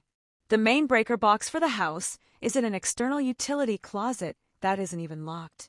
Someone could cut power to the entire estate in under 30 seconds. Every vulnerability Elena finds is another confirmation that this house is not as safe as everyone thinks it is, and when the attack comes they will be completely unprepared. Elena goes back to her quarters at 3 in the morning and sits on her bed with her laptop and her phone and all the evidence she's collected, and she faces a choice that will define everything that comes next. She could run. Right now. Pack her single suitcase and disappear before she gets caught in whatever is about to happen. She's done it before. She knows how. She could be 3 states away before anyone notices she's gone. Or she could stay.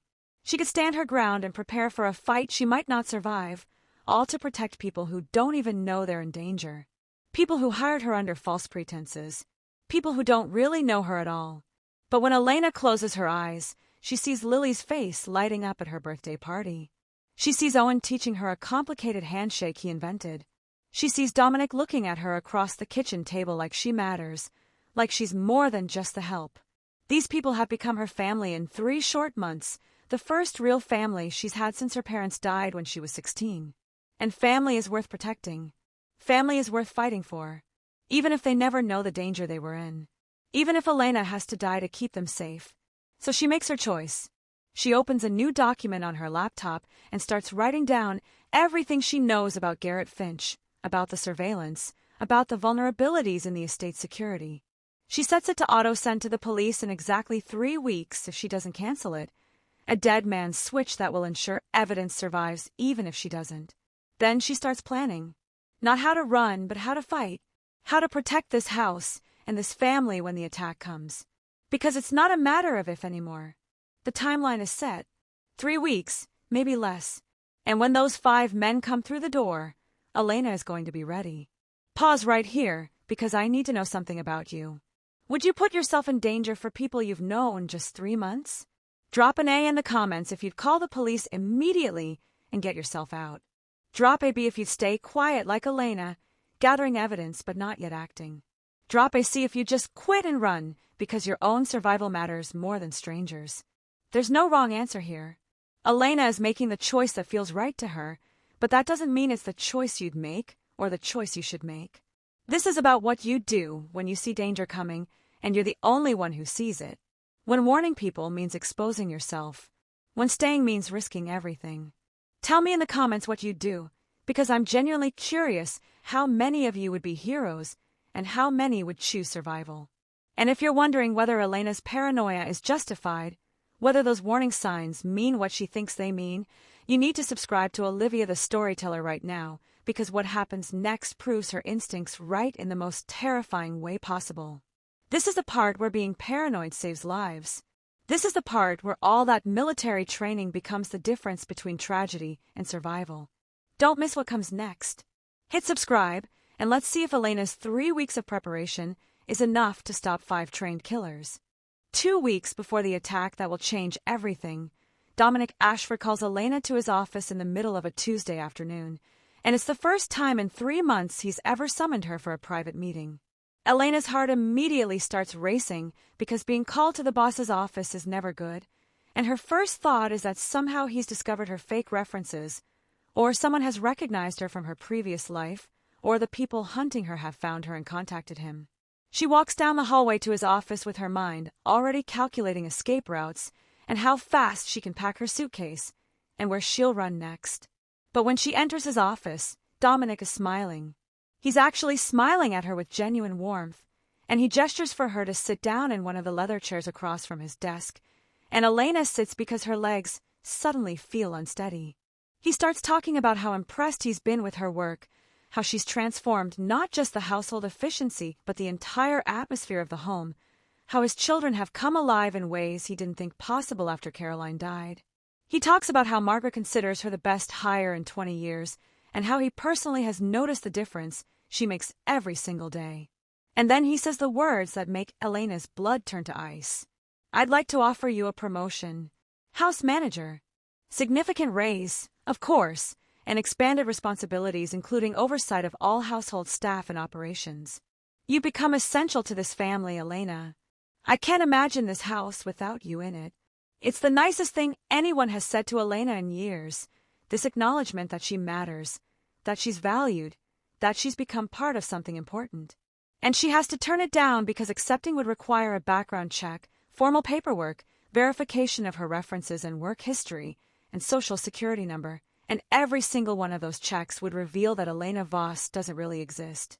The panic that floods through her is instant and visceral, but she forces her face to remain calm and professional while her mind races through possible responses. She can't say no outright, because that would raise questions about why anyone would turn down more money and more responsibility. She can't accept because that would expose her completely. So she does what she's learned to do best. She lies with enough truth mixed in that it sounds believable. Mr. Ashford, I'm incredibly honored, she says carefully, choosing each word like she's defusing a bomb. But I'm happy in my current role. I enjoy the direct work with the household, the hands-on tasks, the time with the children. A management position would take me away from those things, and put me behind a desk coordinating other people's work. And honestly, that's not what I want. I know it sounds strange to turn down a promotion, but I'm genuinely content where I am. Dominic listens with a confused expression, like he's never heard of anyone voluntarily refusing advancement, and Elena can see him trying to understand what she's really saying. Is it the money, he asks? Because we can certainly negotiate. Is it something about the responsibilities? Tell me what would make this work for you. Elena shakes her head gently and maintains her lie with the desperation of someone whose survival depends on not being officially documented in this household. It's not about money or responsibilities, she says. It's about finding work that feels meaningful, and what I do now, taking care of your home and your children, that feels meaningful to me. I don't need a title or a pay increase to feel fulfilled. I just need to keep doing what I'm doing. Dominic studies her face for a long moment, and Elena can see that he's hurt by her refusal, even though he's trying to hide it. He probably thinks she doesn't trust him, or doesn't see a future here, or doesn't value what he's offering, and none of that is true. The truth is that she values it too much, has become too invested in this family and this life, and accepting his offer would destroy everything by exposing who she really is. He finally nods slowly and says he respects her decision, that the offer stands if she ever changes her mind, and Elena thanks him and escapes from his office with her heart pounding and her hand shaking. She makes it to the staff bathroom and locks herself in a stall and sits there with her head in her hands, realizing that the walls are closing in from multiple directions and she's running out of room to maneuver. That evening, after everyone is asleep, Elena sits in her small room with her laptop and does something she knows is dangerous but can't avoid any longer. She searches for everything she can find on Garrett Finch, going deeper than she did during her initial research, looking for patterns and connections and evidence of what he's planning. What she finds makes her realize that the threat is worse than she thought. Garrett didn't just lose his company and his money. He lost everything. His wife divorced him 6 months ago and took their 2 teenage kids, filed a restraining order claiming he'd become verbally abusive and increasingly unstable. His house went into foreclosure 3 months ago. He declared bankruptcy 2 months ago. His LinkedIn profile shows he's unemployed and hasn't updated it since being forced out of Ashford Innovations. But his social media is active, and it's the digital record of a man spiraling into rage and obsession. He posts constantly about betrayal, about people who steal from those who trust them, about justice being served eventually. He shares articles about wealthy people who think they're untouchable. He comments on posts about corporate corruption with increasingly unhinged rants about karma and revenge. And 3 days ago, his most recent post said simply patience is a virtue and justice is coming, and it has a photo attached. The photo is of the Ashford estate, taken from a distance but clearly identifiable. Elena screenshots everything, downloads it all, saves it in multiple locations including cloud storage and encrypted files on her phone. She debates for hours about whether to show this to Dominic, whether to finally break her silence, and warn him that his former business partner is clearly planning something terrible. But every scenario she runs through ends with the same problem. She can't explain how she found this information without revealing that she's been conducting surveillance, and she can't explain why she's been conducting surveillance without revealing her military intelligence background, and she can't reveal that background without the whole house of cards of her false identity collapsing. She would have to admit she lied on her application, falsified her references, has been living under a constructed identity. Even if Dominic believed the threats were real, even if he understood why she'd been investigating, he'd have to fire her because keeping an employee who lied about everything would be a liability. And if she's not in the house when the attack comes, if she's not there to stand between these men and this family, they'll have no one to protect them because the current security is completely inadequate for the threat that's coming. So Elena makes a decision that feels impossible, but is the only choice she can live with. She files an anonymous tip with the local police, using a burner email account and a VPN to mask her location, sending them screenshots of Garrett's threatening posts, and the photo of the Ashford estate, and a detailed explanation that this man has been conducting surveillance on a wealthy family's home and appears to be planning violence. She writes it carefully, makes it sound like a concerned citizen who stumbled across this alarming content online, gives them everything they need to investigate. And then she waits. For 3 days she waits, checking news sites and police reports, and hoping to see that Garrett Finch has been questioned or arrested or at least investigated. But nothing happens.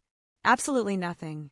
Finally, on the fourth day, Elena creates another burner account and calls the police tip line directly, asking if they received her email about the threats to the Ashford family. The officer who answers sounds bored and dismissive. "Ma'am, we receive hundreds of tips every week. Angry social media posts aren't illegal. If this person makes a direct threat or actually attempts to harm someone, tell them to call 911. But we can't arrest people for being upset online." Elena tries to explain that this is different, that this man has motive and means and is clearly planning something, but the officer cuts her off.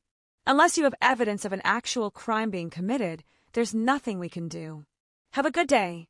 The line goes dead, and Elena sits there holding her phone and realizing with absolute clarity that she's on her own. No one is coming to help. No one believes the danger is real. She's the only person who sees what's coming, and she's the only person who can stop it. Elena's behavior changes after that failed attempt to get help, becomes more intense and focused in ways that Margaret notices, even if no one else does. She starts sleeping in her clothes instead of pajamas, jeans, and a t-shirt that she can move in if she needs to run or fight. She positions makeshift weapons around her small room, a heavy flashlight by the bed, a kitchen knife wrapped in a towel in her nightstand drawer, the brass letter opener from the library tucked under her mattress. She starts doing push-ups and sit-ups and running drills in her room at night, keeping her body combat ready, rebuilding the strength and conditioning she's let slip during 3 months of domestic work. Margaret finds her one afternoon staring at the security monitor in the kitchen with an intensity that must look strange, and the older woman touches her shoulder gently and asks if she's all right. Elena forces a smile and lies smoothly. "Just adjusting to city life," she says. "I grew up in the country, and all this technology and security feels overwhelming sometimes. I'm just trying to understand how it all works." Margaret looks at her with concern and maybe a touch of suspicion, and Elena knows she needs to be more careful about hiding her preparations. But it's hard to maintain a facade of normalcy when you know exactly what's coming and approximately when it's going to arrive. 1 week before the attack, Dominic does something completely unexpected that throws Elena's carefully maintained boundaries into complete chaos. He asks her to have dinner with the family, not as staff serving the meal, but as a guest sitting at the table. The invitation comes on a Friday afternoon when Elena is organizing the pantry, and Dominic appears in the doorway looking nervous in a way she's never seen him look nervous before. "I know this is unusual," he says, "and I know there are probably rules about staff and employers socializing, but the kids have been asking if you could join us for dinner sometime, and I realized I'd like that too. Not as your employer asking an employee, as someone who would like to get to know you better. As a friend, if that's not too presumptuous." Elena knows she should say no. She knows that crossing this line makes everything more complicated, makes her attachment to this family even more dangerous, makes her inevitable departure even more painful. But she's so tired of being alone. She's so tired of maintaining professional distance from the only people who have felt like family in years. And Dominic is looking at her with hope in his eyes, and she's weak enough to want what he's offering even though she knows it's a terrible idea. She says yes. She agrees to join them for dinner on Saturday night, and then spends the next 24 hours alternating between excitement and dread. When Saturday evening arrives, Elena changes out of her uniform for the first time in weeks, putting on civilian clothes, a simple blue dress that she bought months ago and has never worn, and she feels exposed without the armor of her gray housekeeper's uniform. She walks into the dining room at 7 o'clock and finds the table set beautifully with flowers and candles, and Lily and Owen are practically vibrating with excitement at having Elena as an actual dinner guest. Dominic has cooked, which apparently is something he used to do before Caroline died but hasn't done in years, and the meal is surprisingly good: pasta with homemade sauce and garlic bread, and a salad with vegetables from the estate's garden. They eat and talk and laugh, and for 2 hours Elena lets herself pretend that this is her real life, that she's not living under a false name, that she belongs here. The children tell stories about their homeschool lessons, and their online friends, and the books they're reading. Dominic talks about a new product his company is developing, and asks Elena's opinion like her thoughts actually matter. And Elena finds herself relaxing in ways she hasn't relaxed since before she testified in that courtroom and became a target, before she entered witness protection, before she started running. After dinner, the children beg to stay up late, and Dominic surprises everyone by agreeing, and they move to the living room where Owen puts on a movie and Lily curls up next to Elena on the couch like it's the most natural thing in the world. Dominic sits in the armchair across from them, and he's watching Elena with an expression she can't quite read, something soft and wondering and maybe a little bit scared. When the movie ends and the children have finally worn themselves out, Elena helps get them to bed, and then she should absolutely go to her quarters and end this evening before it becomes something she can't take back. But Dominic asks her to stay for coffee, says he's not ready for the evening to end, and Elena makes the mistake of saying yes again. They sit in the kitchen where they had their first real conversation months ago, and this time the talk goes deeper, more personal, more honest. Dominic tells her about his marriage to Caroline, about how they met in college, and how she was the only person who ever made him feel like he could be something more than just driven and ambitious. He tells her about the guilt of failing to save her, of not being the one driving that night, of surviving when she didn't. And then he does something that makes Elena's breath catch. He reaches across the table and takes her hand, turning it over gently to examine the scars that mark her knuckles and palms. "Where did these come from?" he asks quietly. "What happened to you before you came here?"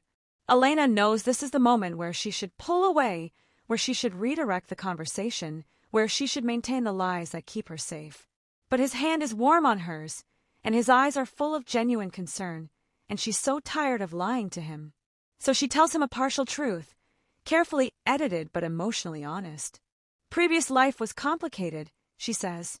"I was in situations where I had to fight, had to survive, had to make choices that left marks, physical ones and other kinds. I came here because I needed to disappear for a while, to be someone different, to find peace." And she looks at him when she says the next part, wanting him to hear the truth, even if he doesn't understand the full context. "You and your children gave me that peace. You gave me a place to belong when I had nowhere else to go." Dominic is quiet for a long moment, still holding her hand, and then he says something that breaks her heart. "You're safe here, Elena. Whatever you're running from, whatever happened before, you're safe in this house."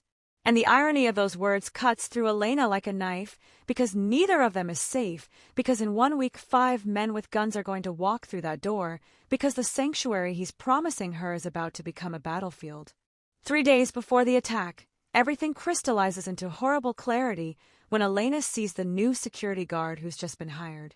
She's walking past the front gate mid-morning when she spots him being given a tour of the property by the security company supervisor, and the moment she sees his face, every alarm in her body starts screaming.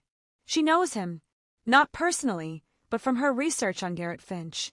She spent hours going through Garrett's social media connections and LinkedIn contacts, mapping out everyone in his network, and this man was in multiple photos from Garrett's previous company. Old holiday parties, team-building events, the company softball league. His name is Kurt Brennan, according to the security supervisor's introduction, but Elena knows he's not just some random hire. He's an inside plant, someone Garrett placed here deliberately to disable security systems and unlock doors when the time comes. This is confirmation that everything Elena feared is actually happening, that the attack is imminent, that her paranoia was completely justified. She watches Kurt shake hands with the other security personnel, watches him smile and joke and pretend to be just another professional doing a job, and she knows with absolute certainty that when the attack comes, he'll be the one who makes sure the estate's defenses are completely useless. Elena's first instinct is to go directly to Dominic and tell him everything. Show him the photos, explain the connection, demand that this security guard be fired immediately. But she forces herself to think it through tactically, and every angle leads to the same problem. She has no proof that Kurt worked with Garrett beyond some social media photos from years ago. She has no way to explain how she identified him without revealing that she's been conducting extensive surveillance and research. And even if Dominic believed her, even if he fired Kurt immediately, it would alert Garrett that his inside man has been compromised and might accelerate the attack or change the plan in ways that make Elena's preparations useless. The element of surprise is the only advantage Elena has right now. Garrett thinks this house is an easy target with mediocre security and no one expecting danger. If he suddenly knows that someone is onto him, everything becomes more dangerous and unpredictable. So Elena makes the hardest decision of her life. She says nothing. She lets Kurt stay in position. She smiles politely when he's introduced to the household staff. And she quietly begins preparing for war. The preparations have to be subtle because Elena can't raise alarms or draw attention. But over the next 3 days, she turns the Ashford estate into a tactical environment. She moves things around while cleaning, positioning heavy objects near doorways that could be used as weapons or barriers. She tests every lock in the house and makes mental notes of which ones are solid and which ones are weak. She creates hidden supply caches, stashing first aid supplies in bathroom cabinets, flashlights in coat closets, her phone charger in multiple locations, so she'll have communication options no matter where she is in the house when the attack starts. She practices the timing of moving from room to room, calculates how long it would take to reach the children's bedrooms from various locations, maps out every possible escape route and fallback position. And she does something that might seem strange, but is absolutely critical to her plan. She starts playing a game with Lily and Owen that she calls fire drill practice. She makes it fun, makes it silly, but what she's actually doing is training these children to respond to her commands instantly and without question. When Miss Elena says run to your room and lock the door, you run to your room and lock the door. When Miss Elena says hide in the closet and don't come out until she comes for you, you hide and you don't come out. She practices it with them multiple times over 3 days, making it a game with rewards for fast responses. And she never tells them that she's preparing them for the night when their lives will depend on following her instructions. Lily asks her one afternoon why they're practicing so much, says it's fun but also a little bit strange to keep doing the same drills over and over. Elena crouches down to Lily's eye level and tells her the truth in the only way she can. Because I want you safe, she says simply. Always. No matter what happens. I need to know that you and Owen can take care of yourselves if something unexpected occurs. It probably never will, but being prepared makes me feel better. Is that okay? Lily nods seriously, and then she asks the question that absolutely destroys Elena. Will you always be here to keep us safe? Elena feels her throat close up because she can't promise that, can't guarantee she'll survive what's coming, can't ensure that she won't have to run again when this is over. But she looks at this 11-year-old girl who has become like a daughter to her, and she says the only thing she can say. I'll try, sweetheart. I'll try with everything I have. That night Owen asks her the same question in different words. You're not going to leave us, are you, Miss Elena? Like Mommy left. Elena has to turn away so he doesn't see the tears in her eyes. And she says, I'm not going anywhere, buddy. Even though they both know that sometimes people leave even when they don't want to, even when they fight to stay. 2 days before the attack, Dominic finds Elena at midnight checking window locks for the 3rd time that evening. She doesn't hear him approach because she's too focused on testing the latch mechanism on the library window, making sure it's secure, calculating if someone could pry it open from the outside. His voice behind her makes her jump violently, her hand instinctively reaching for the knife she started carrying in her pocket before she recognizes him and forces herself to relax. Elena, what's wrong? He asks, and there's genuine concern in his voice. You've been on edge for days. Margaret says you're barely sleeping. The children say you keep checking doors and teaching them strange games. What are you afraid of?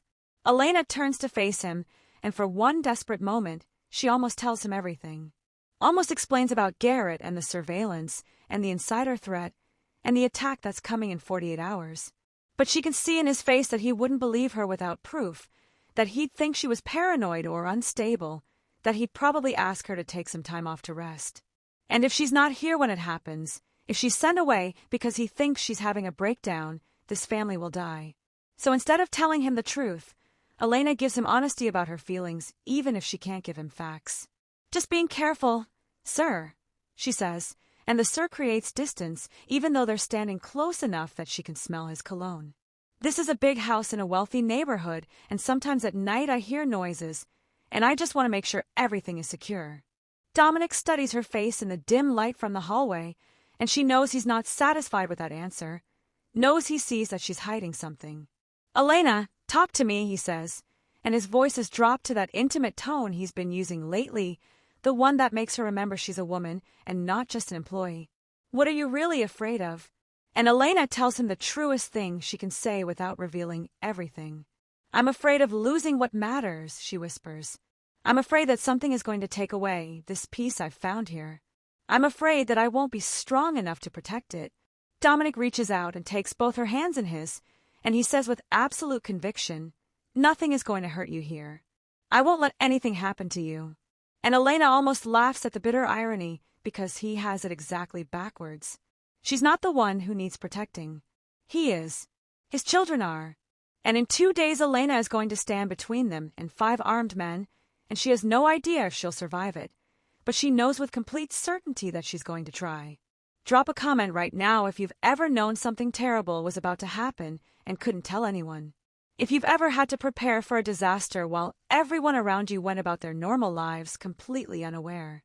If you've ever carried a secret so heavy that it felt like it would crush you. Elena has 48 hours until the attack, 48 hours to finalize her preparations, 48 hours to make peace with the fact that she might die protecting people who will never know what she saved them from. And you need to keep watching because what happens next will prove that sometimes paranoia isn't mental illness, sometimes it's survival instinct. Sometimes the person everyone thinks is overreacting is actually the only person seeing clearly. The attack is coming. The countdown has begun. And Elena Voss is about to show Dominic Ashford and his children what a real hero looks like. Don't you dare click away now. 24 hours before the attack, Elena's hands shake while she's serving breakfast, and it's the first time in 3 months that she's let her composure slip in front of the family. The coffee pot rattles against Dominic's cup as she pours, sending drops spattering across the white tablecloth, and her fingers fumble with the serving spoon when she's dishing scrambled eggs onto Owen's plate. Dominic notices immediately, sets down his tablet with concern written across his face, and reaches out to steady her hand. "Elena, you're trembling," he says. "When did you last get a full night's sleep?" She pulls away gently and tries to smile, tries to make some joke about too much caffeine or not enough, but her voice comes out strained and thin. Dominic exchanges a look with Margaret across the kitchen, and then he makes a decision that under any other circumstances would be kind and thoughtful. "Take the day off," he says firmly. "You look exhausted. Margaret, and I can handle things today. Go rest. Get some sleep. Come back tomorrow refreshed." And Elena feels panic rise in her throat because she cannot leave this house today, cannot be away when she needs to finalize her preparations, cannot let her guard down for even a few hours when the attack could come at any moment. "I'm needed here," she says with an intensity that makes everyone stop and look at her. "I can't take the day off. There are things I need to do. Tasks that can't wait." Dominic doesn't argue, but the worry in his eyes is clear, and after breakfast Margaret pulls Elena aside into the pantry and closes the door behind them. Margaret's voice is gentle but firm when she speaks, and she takes both of Elena's hands in hers with the kind of maternal concern that makes Elena want to cry. "Whatever you're running from, child, it won't find you here," Margaret says. "I don't know what happened to you before you came to us, and I won't ask because I respect your privacy. But I see how you check the locks and watch the gates and jump at sudden noises. I see how you never fully relax, how you're always on guard. And I want you to know that you're safe in this house. We're your family now. You can let yourself breathe." Elena looks at this kind woman who has become like a grandmother to her, and she wants so desperately to tell her the truth. To explain that what she's running from has already found her, that it's circling this house right now, that in 24 hours it's going to come crashing through the windows and doors. But she can't say any of that without sounding insane, without revealing everything she's been hiding, without causing panic that would make her job harder. So instead she just squeezes Margaret's hands and says thank you, and tries to memorize this moment of kindness because it might be one of the last peaceful moments any of them have. The afternoon is torture because Elena has to maintain normalcy while her mind is screaming with urgency. She goes through her regular cleaning tasks on autopilot, dusting and vacuuming and organizing, but her real focus is on writing letters. She locks herself in her small room during her lunch break with paper and pen, and she writes to Lily first. The words come hard because how do you tell an 11-year-old that you love her when you're not supposed to love your employer's children, when you've only known her for 3 months, when you might be dead by tomorrow, and she needs to know someone cared? Elena writes about how proud she is of Lily's kindness and intelligence, about how watching her grow has been one of the greatest privileges of Elena's life, about how Lily should never doubt that she is seen and valued and loved. She writes about being brave and taking care of Owen, and remembering that family isn't always blood. Sometimes it's the people who choose to show up for you. She never explains why she's writing this letter or what danger is coming, just fills 3 pages with love and encouragement and hope for Lily's future. Then she writes to Owen, and that one is even harder because Owen is only 7 and still believes that adults can protect him from everything scary. Elena tells him about courage, about how the bravest people are often the smallest ones, about how being afraid doesn't mean you're weak. It means you're smart enough to recognize danger and strong enough to face it anyway. She tells him to listen to his sister, to trust his father, to remember that his mother is watching over him, and so is Elena always. When both letters are written and sealed in envelopes with the children's names on them, Elena tucks them into her nightstand drawer along with a note to Margaret. If anything happens to me, please give these to Lily and Owen. Tell them I cared about them very much. Tell them they made my life better. That's all the note says. No explanation, no context, just instructions for a worst-case scenario that Elena is trying very hard not to think about too specifically. She's sealing the envelope when Margaret appears in her doorway, and the older woman's face goes pale when she sees what Elena is doing. "What's going on?" Margaret asks, and her voice has a tremor Elena has never heard before. "Why are you writing goodbye letters? What aren't you telling me?" Elena stands up and hands Margaret the envelope with the children's letters inside, and she makes her voice steady even though her heart is breaking. "Just a precaution," she says. "I don't have family, and if something unexpected happened to me, I wanted to make sure the children knew how much they mattered. That's all. Nothing is going to happen. But just in case, promise me you'll give these to them." Margaret takes the envelope with shaking hands and demands to know what Elena expects to happen, why she's suddenly acting like she's preparing for her own death.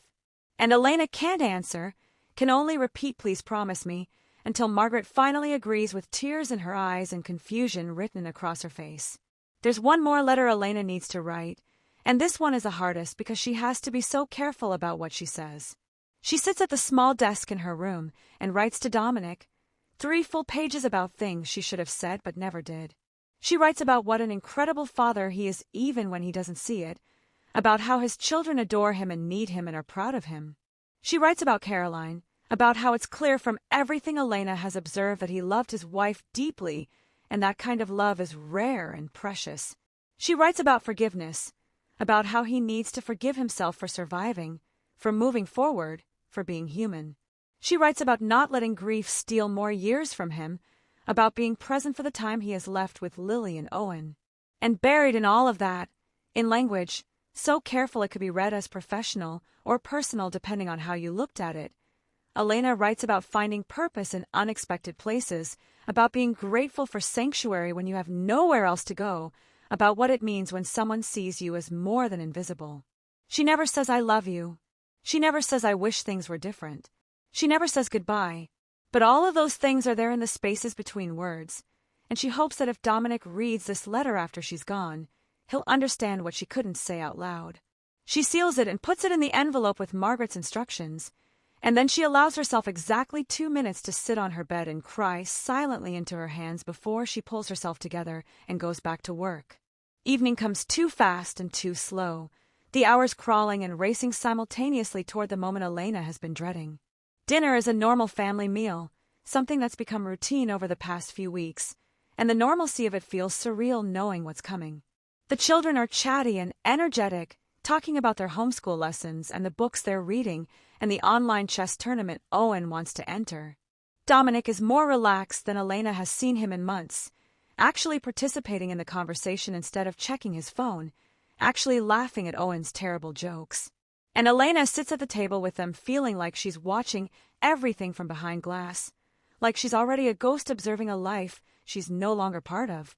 Dominic keeps looking at her across the table with an expression that's become familiar, soft and warm and maybe something more, and it terrifies Elena because she spent 3 months trying not to feel anything beyond professional concern for this family, and she's failed spectacularly. She cares so much it hurts. She loves these people in ways she never intended and can't afford. And tonight might be the last time she sits at this table with them, the last time she hears Lily's laugh or Owen's stories or sees Dominic smile. After dinner, the children don't want the evening to end, sensing somehow that something is different even if they can't articulate what. They beg for a story, not a book, but one of Elena's stories about bravery and adventure. and Elena knows this is her last chance to give them something they might remember. So she tells them a story that's not really a story, more like a lesson wrapped in narrative. She talks about what real bravery looks like, how it's not about being fearless, but about being afraid and acting anyway. Sometimes the strongest thing you can do is protect someone who can't protect themselves, even when you're scared, even when it would be easier to walk away, even when staying might cost you everything. She talks about heroes being ordinary people who make extraordinary choices, about how courage isn't something you're born with but something you choose in the moment when it matters most.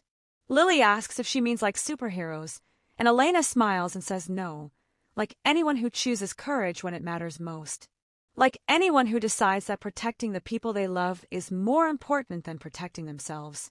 Owen doesn't fully understand what she's saying, but he's listening with that serious expression he gets when he knows something important is being said. And Elena hopes that maybe someday, when he's older, he'll remember this conversation and understand what she was really telling them. Owen falls asleep halfway through another story, his head heavy on Elena's shoulder, his breathing slow, and even with the complete trust that children have in the adults they love. Elena sits very still, not wanting to disturb him, memorizing the weight of him against her side and the smell of his shampoo and the feeling of his small hand clutching her shirt. When she finally has to move because her leg is falling asleep, she carefully lifts him and carries him upstairs to his room. She tucks him into bed with the gentleness of a mother putting her own child down, pulls his favorite blanket up to his chin, arranges his stuffed animals the way he likes them. And then she does something she's never done before. She bends down and kisses his forehead and whispers, "Be brave, little one," and it sounds like a blessing and a prayer and a goodbye all at once. She does the same with Lily, who's still awake but drowsy, and Lily hugs her tight and says, "I love you, Miss Elena," with the simple honesty of childhood. Elena has to leave the room quickly before the tears she's been holding back all day finally break free. At 10 o'clock, Elena should go to her quarters like she does every night, should maintain her normal routine, should get whatever rest she can before tomorrow. But she can't leave the main house tonight, can't be away from the family when she needs to be ready to protect them. So she stays, moving through the rooms on the pretense of finishing cleaning tasks, straightening things that are already straight, checking locks that are already checked. Margaret left at 9 after giving Elena one more concerned look and making her promise to get some sleep. And now it's just Elena and Dominic and the sleeping children and Kurt the traitor security guard making his rounds outside. Elena watches Kurt through the window with cold calculation, observing his patterns, noting every time he pauses to check his phone or talk into his radio. At 10:15, she sees him do something that confirms everything she suspected. He walks to the north side of the property where the security cameras have a blind spot, and he very deliberately disables 2 cameras by covering their lenses with what looks like spray paint. Then he moves to the north gate and unlocks it, leaves it standing open for exactly 4 minutes while he pretends to patrol another section, then comes back and locks it again. He's testing the timing, Elena realizes, making sure he knows exactly how long the gate needs to be open for 5 men to slip through undetected. Elena photographs everything with her phone, zooming in to capture Kurt's face, clearly visible in the security lights, capturing the disabled cameras, capturing the unlocked gate. She takes video of him checking his phone and typing what looks like a text message, probably updating Garrett about the final preparations. When she has enough evidence to prove beyond any doubt that there's an insider threat, Elena opens her email and drafts a new message to the police. This one has everything.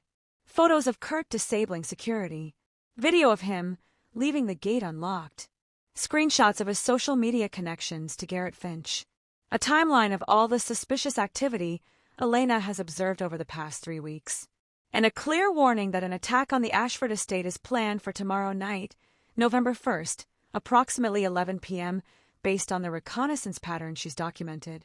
She sets the email to auto-send at 11 p.m. the next evening, exactly when she predicts the attack will begin. If she's alive and the attack doesn't happen, she'll cancel the email. If she's wrong about the timing, she'll cancel it and reset it. But if the attack comes and Elena doesn't survive to stop the email, at least the evidence will reach the authorities and Kurt, and Garrett will be caught even if it's too late to save the Ashford family. At 10:30, Elena is in the hallway near Dominic's office when she sees them through the window. 5 figures moving through the darkness beyond the estate walls keeping to the shadows but visible to someone who knows how to look for tactical movement. Her heart stops and then starts racing because this is it. This is happening right now. A full day earlier than she predicted. They must have moved up the timeline. Must have decided to strike tonight while everyone's guard is down. Elena's mind goes into combat mode instantly, calculating distances and timing and options. She could wake Dominic right now, could scream and raise the alarm and get everyone running for the panic room. But the 5 men are already surrounding the house, already in position, and the panic room is in the basement, which means getting Dominic and the children down 2 flights of stairs while being pursued by armed men. They'd be trapped, cornered, vulnerable. The only advantage Elena has is surprise. These men think they're attacking a house with useless security and no one expecting danger. They don't know that one of the maids is a trained combat medic with tactical experience. They don't know that Elena has been preparing for this exact scenario for weeks. They don't know that she's going to fight. Elena moves with purpose now, no more pretending to clean, no more maintaining cover. She positions herself in the hallway near Dominic's office, where she'll have a tactical advantage when they enter. She grabs the brass fireplace poker from the display, tests its weight, adjusts her grip. It's not a gun, but it's solid and heavy, and she knows how to use improvised weapons. She checks her phone one more time, makes sure the auto-send email is set, slips the phone into her pocket. Then she waits in the shadows, controlling her breathing, steadying her heartbeat, letting her training take over. She hears the glass shatter from the east wing, the sound sharp and violent in the quiet house. She starts counting in her head. 20 seconds until they reach the hallway. 15 seconds until they find Dominic's office. 10 seconds until they burst through the door. She can see Dominic through the office doorway, oblivious at his desk with his headphones on, working on something on his laptop. He has no idea that death is walking toward him. No idea that his former business partner has sent 5 men to destroy him.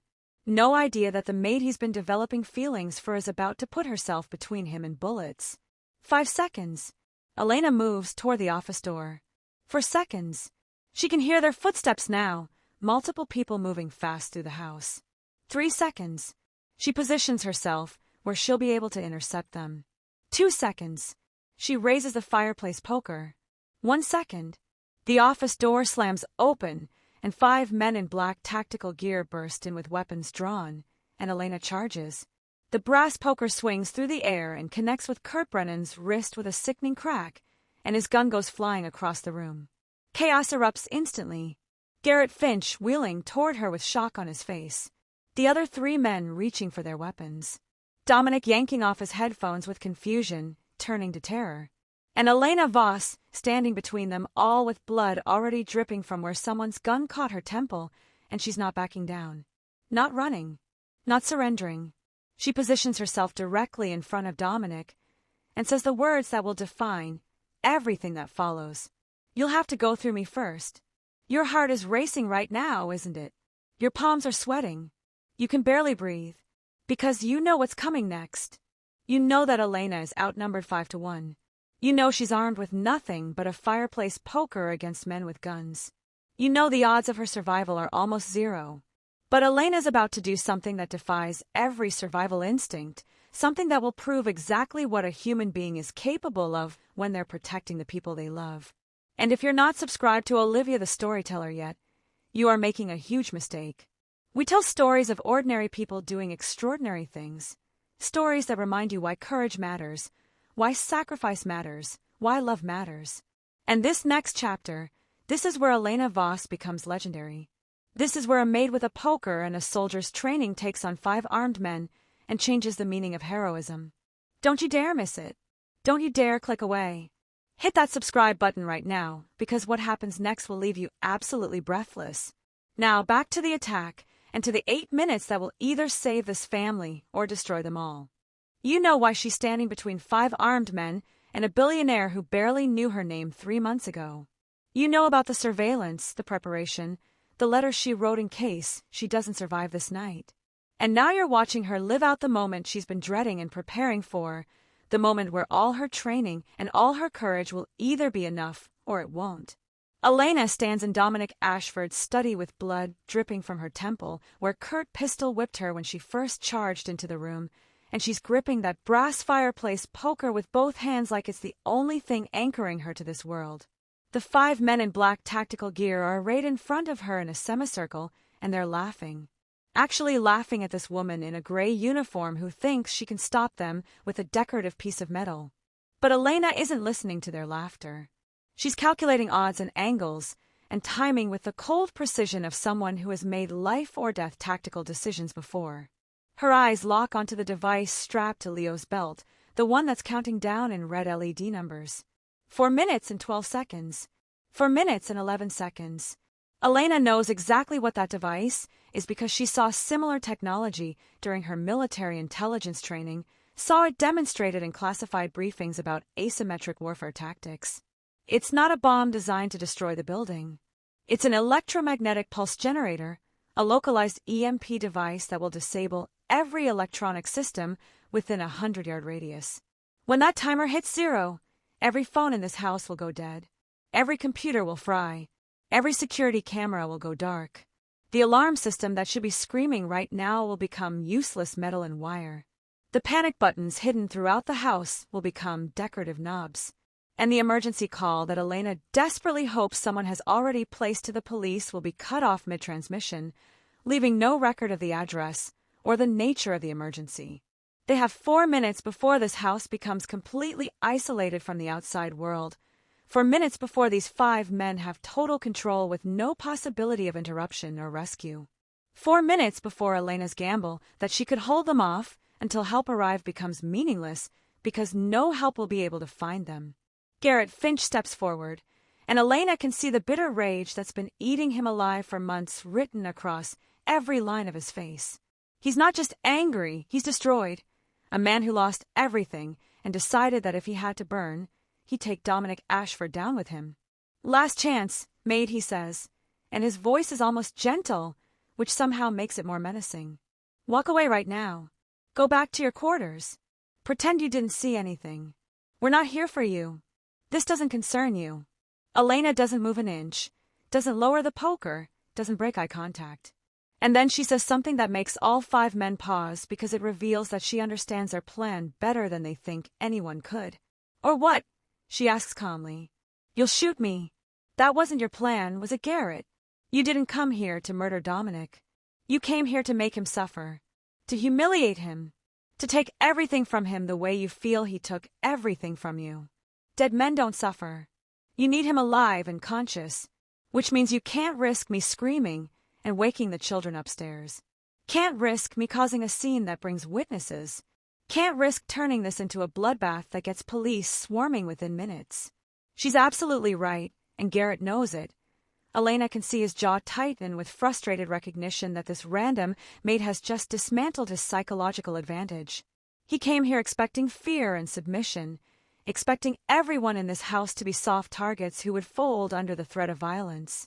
He didn't expect to meet someone who understands tactics and psychology, who can read his intentions and use them against him.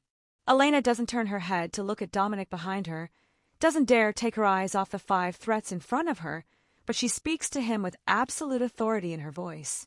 "When I move, you run," she says. "Children's wing. Lock the door. Call the police. Tell them armed intruders. Give them the address. Do not come back for me. Do you understand?" Dominic's voice comes from behind her, shaking with confusion and fear and something that might be the beginning of understanding. "I can't leave you," he says. "Elena, I can't just run while you face them alone." And Elena feels something crack in her chest because of course he would try to be heroic, of course he would want to protect her, but that's not how this works. "You can and you will," she says, and her voice is steel. "Those kids need their father. They've already lost their mother. Don't make them lose you too. Go. Now." But before Dominic can move, before Elena can create the distraction she needs to give him a chance to escape, Kurt Brennan lunges at her with a roar of rage. The man whose wrist she broke with the poker when she first charged in, who has been cradling his injury and watching her with murder in his eyes, finally loses control. He's massive, easily 240 pounds of muscle, and he comes at Elena like a linebacker trying to crush her against the wall. But Elena has been training for combat since she was 18 years old, has survived situations that would have killed most people, has muscle memory from thousands of hours of hand-to-hand drills. She moves. The poker swings in a tight arc and connects with Kurt's left kneecap with a crack that everyone in the room can hear. Kurt's leg buckles, and he goes down howling, clutching his shattered knee, and for just a second Elena feels the savage satisfaction of knowing that he won't be walking properly for months. 1 down. 4 to go. And a timer still counting down toward isolation. The room explodes into chaos after that first strike. Ivan, the weapons expert who's been standing near the window with his gun already drawn, raises his weapon to aim at Elena's center mass. She sees it happening in slow motion the way combat sometimes feels when adrenaline floods your system and time seems to stretch. She sees his finger beginning to squeeze the trigger. She sees the angle of the barrel. She sees that she has maybe half a second before he fires. Elena doesn't hesitate. She releases the poker from her grip and throws it like a javelin with all the strength in her right arm, and it spins through the air end over end and connects with Ivan's wrist just as he's pulling the trigger. The gun goes off, but the shot goes wild, burying itself in the ceiling and raining plaster dust down on everyone. Ivan's gun goes flying across the marble floor toward the fireplace, skittering under a chair where no one can easily reach it. Garrett roars in frustration because this was supposed to be easy. This was supposed to be 5 trained men overwhelming one confused billionaire, and instead they're being fought to a standstill by a woman in a uniform who shouldn't even know how to throw a punch. Leo, the nervous tech specialist who Elena has mentally categorized as the weakest link, tries to grab her from behind while she's still recovering from the throw. He wraps his arms around her in what he probably thinks is a restraining hold, but Elena has been training in close-quarters combat since basic training. She drops her weight suddenly, becoming dead weight in his arms, and uses his forward momentum to pull him off balance. Then she tucks her chin, throws her head backward into his face, feels his nose break against the back of her skull. Leo's grip loosens, and Elena spins inside his arms, gets her hip under his center of gravity, and flips him over her shoulder. He hits the marble floor hard enough to drive the air from his lungs, and Elena plants her knee in his back to keep him down. But she's breathing hard now. Her temple is still bleeding, and she can feel the exhaustion of fighting multiple opponents starting to drag at her muscles. This is the reality of combat that movies never show accurately. She's one person fighting 5, and even though she has training and determination on her side, the math is brutal. She can't win this fight. Not really. Not in any way that ends with her walking away. We're back at the beginning now, but this time you understand everything. You know who Elena really is. Ramon Vega, who has been hanging back near the door watching for threats from outside, suddenly moves with snake-quick speed and grabs Dominic Ashford. He wraps one arm around Dominic's throat in a chokehold and drags him toward the center of the room. And Dominic is struggling, but he's a tech billionaire who works 16-hour days at a desk, not a fighter. Ramon has him completely controlled within seconds. Elena's heart stops when she sees it. Actual physical pain in her chest, like someone has reached in and squeezed. And oh, she screams, and her voice cracks with an emotion she can't hide. And Garrett Finch sees it. Sees the way her composure shatters when Dominic is threatened. Sees the naked fear and desperation in her eyes. And he smiles because he's just found her weakness, her pressure point, the thing he can use to control her. There it is, Garrett says with satisfaction. You actually care about him. The maid is in love with the billionaire. How very predictable. He's wrong about the love part, or at least Elena tells herself he's wrong, tells herself that what she feels for Dominic is gratitude and respect and loyalty to an employer who gave her sanctuary. But the fear she feels watching Ramon's arm tighten around Dominic's throat, that's real and undeniable. Garrett sees her hesitation and presses his advantage. Here's how this works, Maid, he says. You back off right now. Let us do what we came here to do. Or Ramon crushes his windpipe and you watch him die in front of you. Let him go, or I shoot you instead. Either way, I win. Elena's mind is racing through options and finding nothing good. The timer on the EMP device is down to 2 minutes and 47 seconds.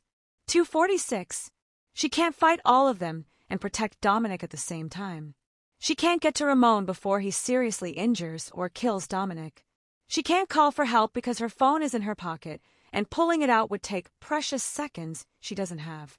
And in 2 minutes and 46 seconds, none of it will matter anyway, because the EMP will activate and they'll all be trapped in electronic darkness. So Elena does the only thing she can think of. She changes tactics completely. She stops fighting and starts talking, buying time with words instead of violence, gambling that she can delay them long enough for something to change. "You're Garrett Finch," she says, and her voice is steady despite the blood running down her face and the exhaustion making her arms shake. Dominic's old partner, the man who helped him build Ashford Innovations from nothing. Garrett is visibly startled that she knows his name, knows his history. "How do you?" he starts to ask, and Elena cuts him off. "I pay attention," she says. "I'm the help. I'm invisible. People talk around me like I don't exist, like I don't hear, like I don't matter.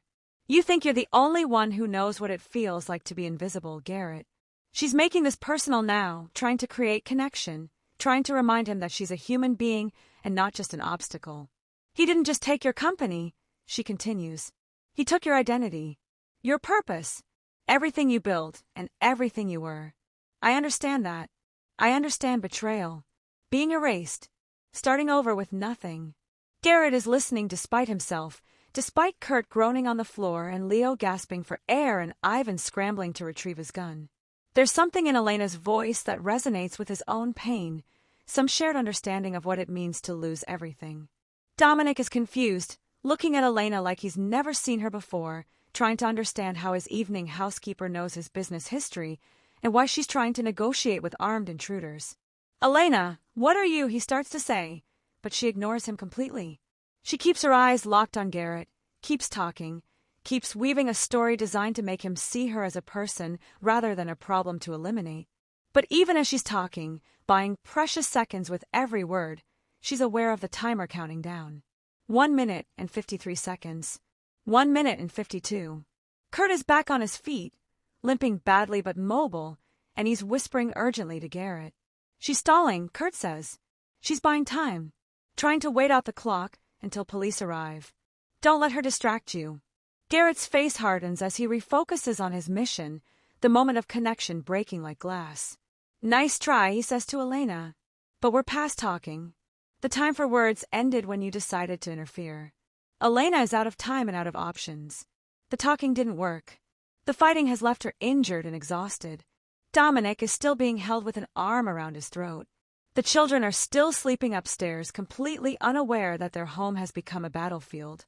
And in less than 2 minutes, the EMP device is going to activate and cut off any possibility of rescue. Elena's eyes dart around the room, cataloging positions and distances and potential weapons, and then she sees her only chance. The device itself. It's still strapped to Leo's belt, and Leo is still on the floor trying to recover from being thrown and having his nose broken. If Elena can get to that device, if she can disable it before the timer hits 0, then at least the house communications will stay active. At least there's a chance that someone heard something, called someone, that help might still come. It's a desperate gamble, because getting to Leo means crossing the room through 4 armed men, but it's the only place she is left. Elena makes her decision in the space between one heartbeat and the next. She launches herself toward Leo with every ounce of speed and desperation she has left in her body. Garrett shouts a warning, but it's too late.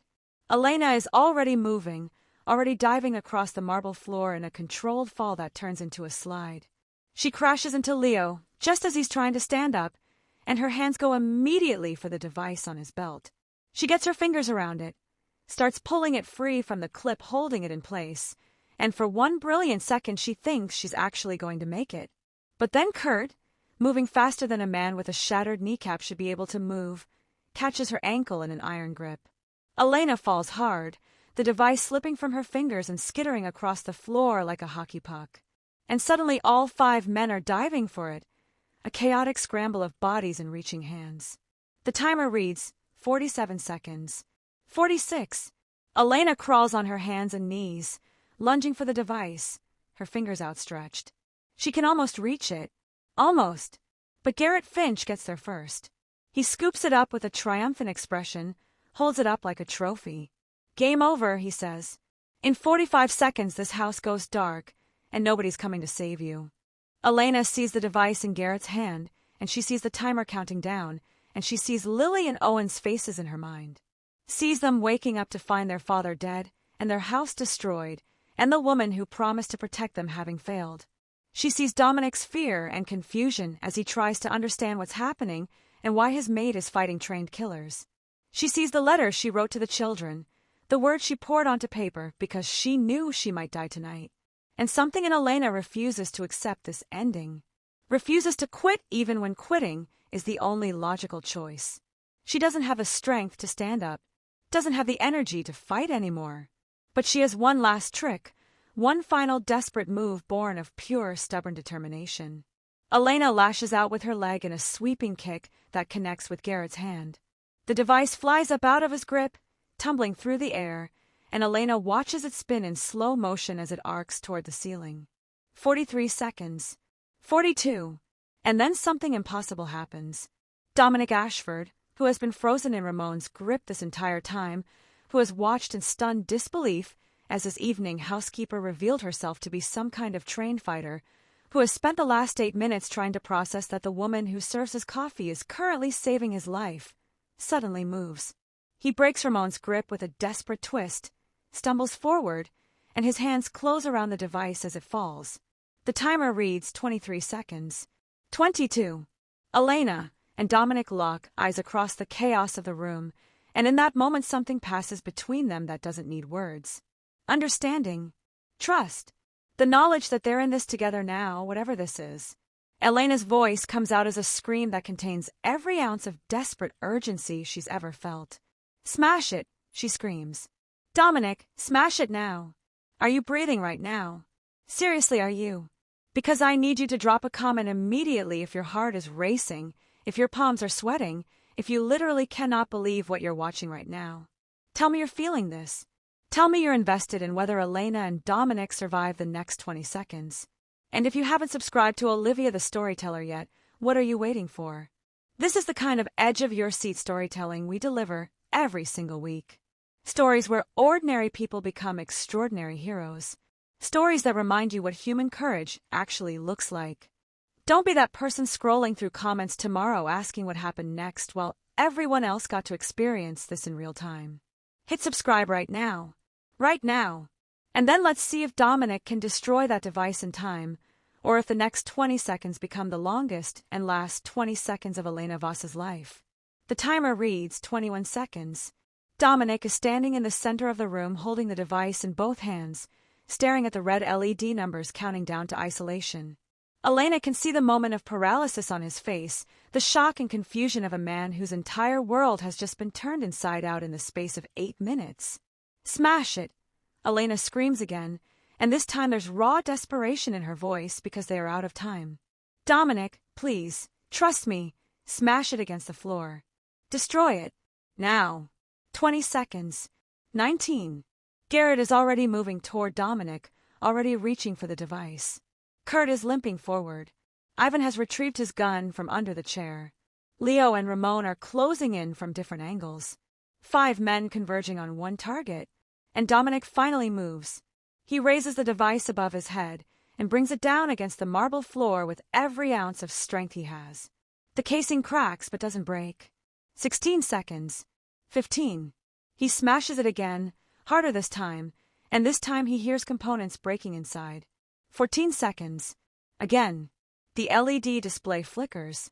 13. Garrett's hands are reaching for him, but Dominic swings the device like a weapon, keeping Garrett back. 12. 11. One more time. Dominic brings the device down, and this time it shatters completely. Circuits and wires and pieces of the display scatter across the marble. The timer goes dark at 7 seconds. The silence that follows is deafening. Everyone in the room is frozen, staring at the destroyed device, trying to process what just happened. Garrett Finch's carefully planned assault has just been derailed by a billionaire and his maid working together. The EMP that was supposed to isolate the house and give them unlimited time has been neutralized, which means the security cameras are still recording. The phones still work. If anyone has called the police, they're still coming. Elena can see the exact moment when Garrett realizes his plan has fallen apart, when the careful calculation turns to rage. You've ruined everything. He snarls at Dominic, and there's such hatred in his voice that it's almost physical. You took my company. You took my money. You took my reputation, and my wife and my life. And now you've taken this from me too. He pulls a gun from his jacket, raises it, aims directly at Dominic's chest. "If I can't make you suffer," he says, "then I'll just have to make you dead." Everything slows down for Elena in that moment.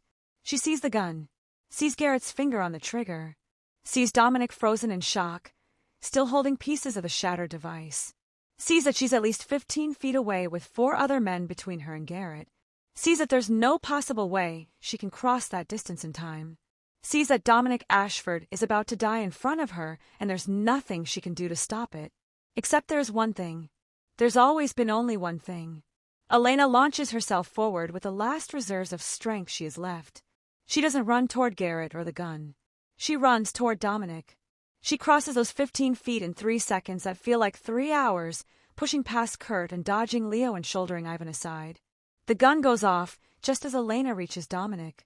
She throws herself in front of him, feels the impact like being punched by a heavyweight boxer, feels burning pain explode across her left shoulder. And then she's falling, and Dominic is catching her, lowering her to the floor with her blood on his hands. "Elena!" He's screaming. "Elena, stay with me. Oh God, you're shot. Someone call an ambulance." And Elena can hear sirens in the distance. Finally, blessedly, the police are coming because someone must have heard the gunshot or seen something on the security cameras or received an alarm. The 5 men are panicking now, realizing that their plan has completely fallen apart and they need to escape before the police arrive. Garrett is still holding the gun, still trying to decide if he should finish what he started, but Ramon is pulling him toward the window they broke to enter. "We have to go," Ramon is saying. "Now. Before they get here." They're leaving, abandoning their plan, fleeing like the cowards they are. Kurt pauses to look back at Elena lying on the floor, and there's something like respect in his eyes before he follows the others out the window. And then it's just Elena and Dominic in the destroyed office with the sirens getting closer. The children appear at the door in their pajamas, woken by the gunshot, and they freeze when they see the scene. "Daddy," Lily says in a small, terrified voice. "Miss Elena, what happened? Is she okay?" Owen starts crying immediately, that helpless sobbing of a 7-year-old confronted with violence he doesn't understand. Dominic is pressing his hands against Elena's shoulder trying to stop the bleeding, and his voice is shaking when he speaks. "Go to your rooms," he says. "Lock the doors. Don't come out until I come get you. But they're safe. You're safe. Miss Elena made sure you're safe." The children don't move, can't process what they're seeing. Elena makes herself speak, even though it hurts, even though there's blood in her mouth from biting her tongue when she fell. "It's okay," she manages to say. "I'm okay. Listen to your father. Go." Lily grabs Owen's hand and pulls him away, and Elena can hear them running down the hallway as the first police car pulls up outside with lights blazing. Elena looks up at Dominic, who is still holding her, still trying to stop the bleeding, and she sees tears running down his face. "I'm sorry," she whispers. "I'm sorry I lied to you. About who I am. About my references. About everything. I needed somewhere to hide and your house seemed safe, and then I couldn't leave because your children needed someone, and you needed someone, and I started to care too much." Dominic is shaking his head, not understanding, not processing. "You saved my life," he says. "You took a bullet for me. Who are you really?" Elena wants to explain everything, wants to tell him about the army and the testimony and the witness protection and the running, but the words get tangled and she's so tired. "Elena Voss," she says. "That part is real. I was a combat medic. I was good at saving people." And then she closes her eyes not because she's dying but because she's so exhausted she can't hold them open anymore. The last thing she hears before consciousness fades is Dominic's voice calling her name and the sound of boots on marble as the police flood into the house. And Elena lets go, lets herself fall into darkness because she knows with absolute certainty that she did it. She protected them. She kept her promise. And whatever happens next, whether she survives this or doesn't, she knows that Lily and Owen and Dominic are safe. And that's enough. Elena Voss wakes up in a hospital bed 3 days later, and the first thing she feels is pain. Not the sharp burning of the gunshot wound in her shoulder, though that's there too, but the deeper ache of failure. She failed to stop the attack before anyone got hurt. She failed to protect Dominic without revealing her identity. She failed to stay invisible. Her eyes opened slowly, adjusting to the harsh fluorescent lights of the recovery room, and the first face she sees is Margaret's. The older woman is sitting in a chair beside the bed with knitting in her lap, and when she notices Elena is awake, her face crumples with relief, and she reaches for the call button. "You're awake," Margaret says, and her voice breaks on the words. "Oh, thank God you're awake. 3 days we've been waiting. 3 days that man hasn't left your side except when the nurses force him to eat." Elena's foggy mind tries to process that. 3 days. She's been unconscious for 3 days. And then the second part registers. That man. Dominic. Elena tries to sit up, tries to ask if he's okay, if the children are safe, if Garrett was caught. But her throat is so dry the words come out as a croak. Margaret is already there with water and a straw, helping Elena drink, and the cool liquid is the best thing Elena has ever tasted. The children, Elena manages to rasp out. Are they safe? Did anyone hurt them? Margaret's face softens with understanding. They're fine, she says. Perfectly safe. Traumatized from seeing what happened, having nightmares about losing you, but physically unharmed. You made sure of that. Elena closes her eyes with relief, so profound it makes fresh tears leak from under her lids. That's all that matters. That's the only thing that ever mattered. Margaret squeezes her hand and tells her that a nurse is coming, that the doctor will want to examine her now that she's awake, that there are police who want to talk to her. And there's someone else who's been here every single day, Margaret adds with a meaningful look. Someone who's been reading to you and talking to you and falling apart in the hallway when he thinks no one is watching. Elena knows who she means, but doesn't let herself hope, doesn't let herself imagine that Dominic Ashford cares about her as anything more than the employee who saved his life. The nurse arrives and shoos Margaret out, begins the process of checking vitals and asking questions and recording responses. Elena answers mechanically, her mind elsewhere, trying to prepare for what comes next. The arrest for falsified documents. The interrogation about her past. The inevitable moment when she has to leave this family forever. But what actually happens is somehow worse than arrest. What happens is that Dominic Ashford walks into her hospital room 4 hours later, and Elena has never seen him look like this. He's unshaven, his hair is a mess, his clothes are rumpled like he's been sleeping in them. His eyes are red-rimmed and exhausted, and when he sees that Elena is awake and sitting up slightly in the bed, he stops in the doorway like he's been physically struck. "Elena," he says, and it comes out as barely more than a whisper. Elena tries to find words, tries to apologize or explain or defend herself, but Dominic is already moving. He crosses the room in 3 strides, and before Elena can react, he's sitting on the edge of her bed and pulling her very carefully into his arms, mindful of her shoulder but holding her like she's precious, like she's something he thought he'd lost and can't quite believe he's found. "You're awake," he says into her hair. "Thank God you're awake. I thought I'd lost you. I thought you were going to die, and I'd never get to tell you." Elena is frozen in his embrace, not understanding, not daring to hope that this means what it seems to mean. She pulls back enough to look at his face, and what she sees there makes her heart stutter. "I read your letter," Dominic says, and his voice is thick with emotion. "The one you left with Margaret. The one you wrote in case you didn't survive." Elena feels ice flood her veins because she can barely remember what she wrote in that letter, only that it was 3 pages of things she couldn't say out loud. 3 pages about his children and his wife and his future, carefully worded to hide her own feelings, but probably transparent to anyone who knew how to read between the lines. "I read it while you were in surgery," Dominic continues. "While I was sitting in the waiting room, covered in your blood, trying to understand how I'd been so blind. You wrote about Caroline, about how she'd be proud of the man I've become and the father I'm trying to be.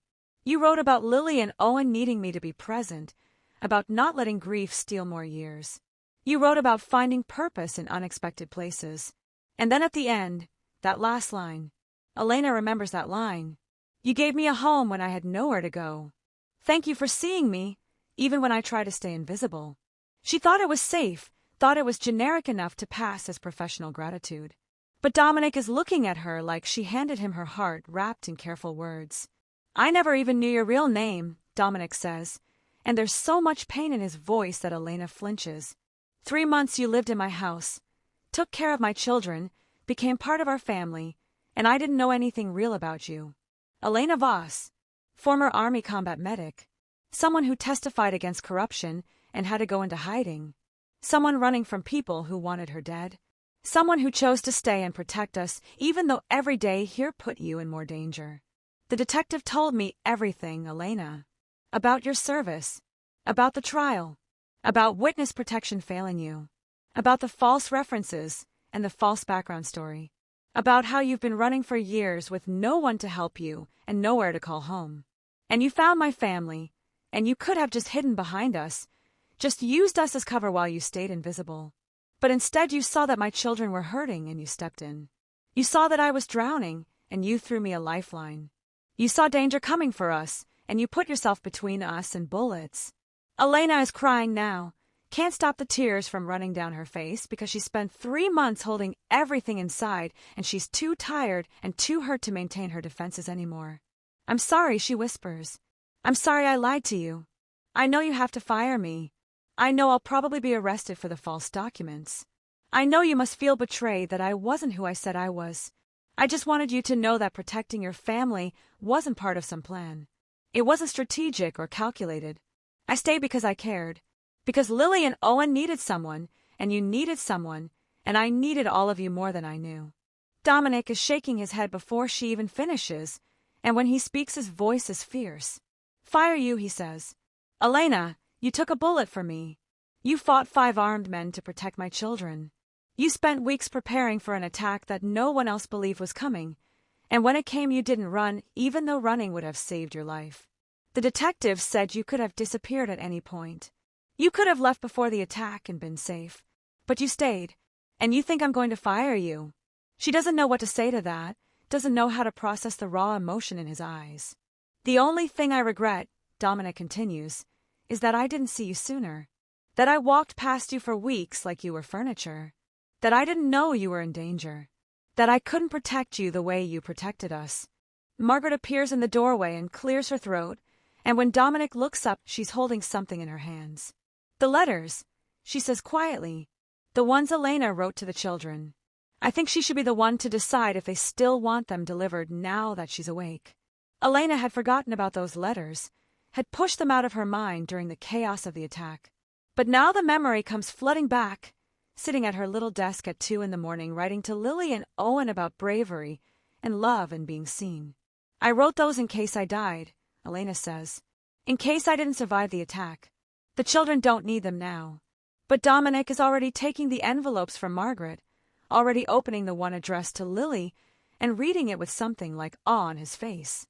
These are beautiful, he says after a long moment. These are the most beautiful expressions of love I've ever read. My daughter needs to see this. My son needs to see this. They've been asking about you constantly. Asking if you're going to wake up. Asking if you still love them, even though you're hurt. Asking if you're going to leave us now. He looks at Elena with an intensity that makes her breath catch. Are you going to leave us? The question hangs in the air like something physical, like something with weight and substance. Elena knows the smart answer.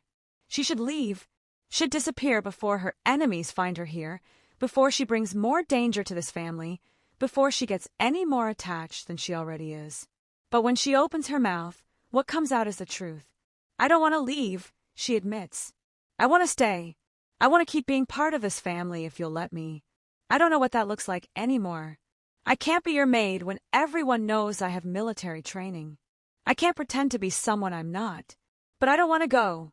Dominic takes her hand very gently, careful of the 4-line and the bandages, and he says something that makes Elena's world shift on its axis. You were never just the maid, he says. You were never just an employee. You became part of this family the day you made my daughter a paper crane and fixed my son's toy robot. You became part of my life the night you left aspirin by my chair and I finally noticed you were there. And these last 3 months watching you love my children better than I've been able to, watching you bring light back into a house that's been dark for 3 years, I realized something I was too scared and too stupid to admit.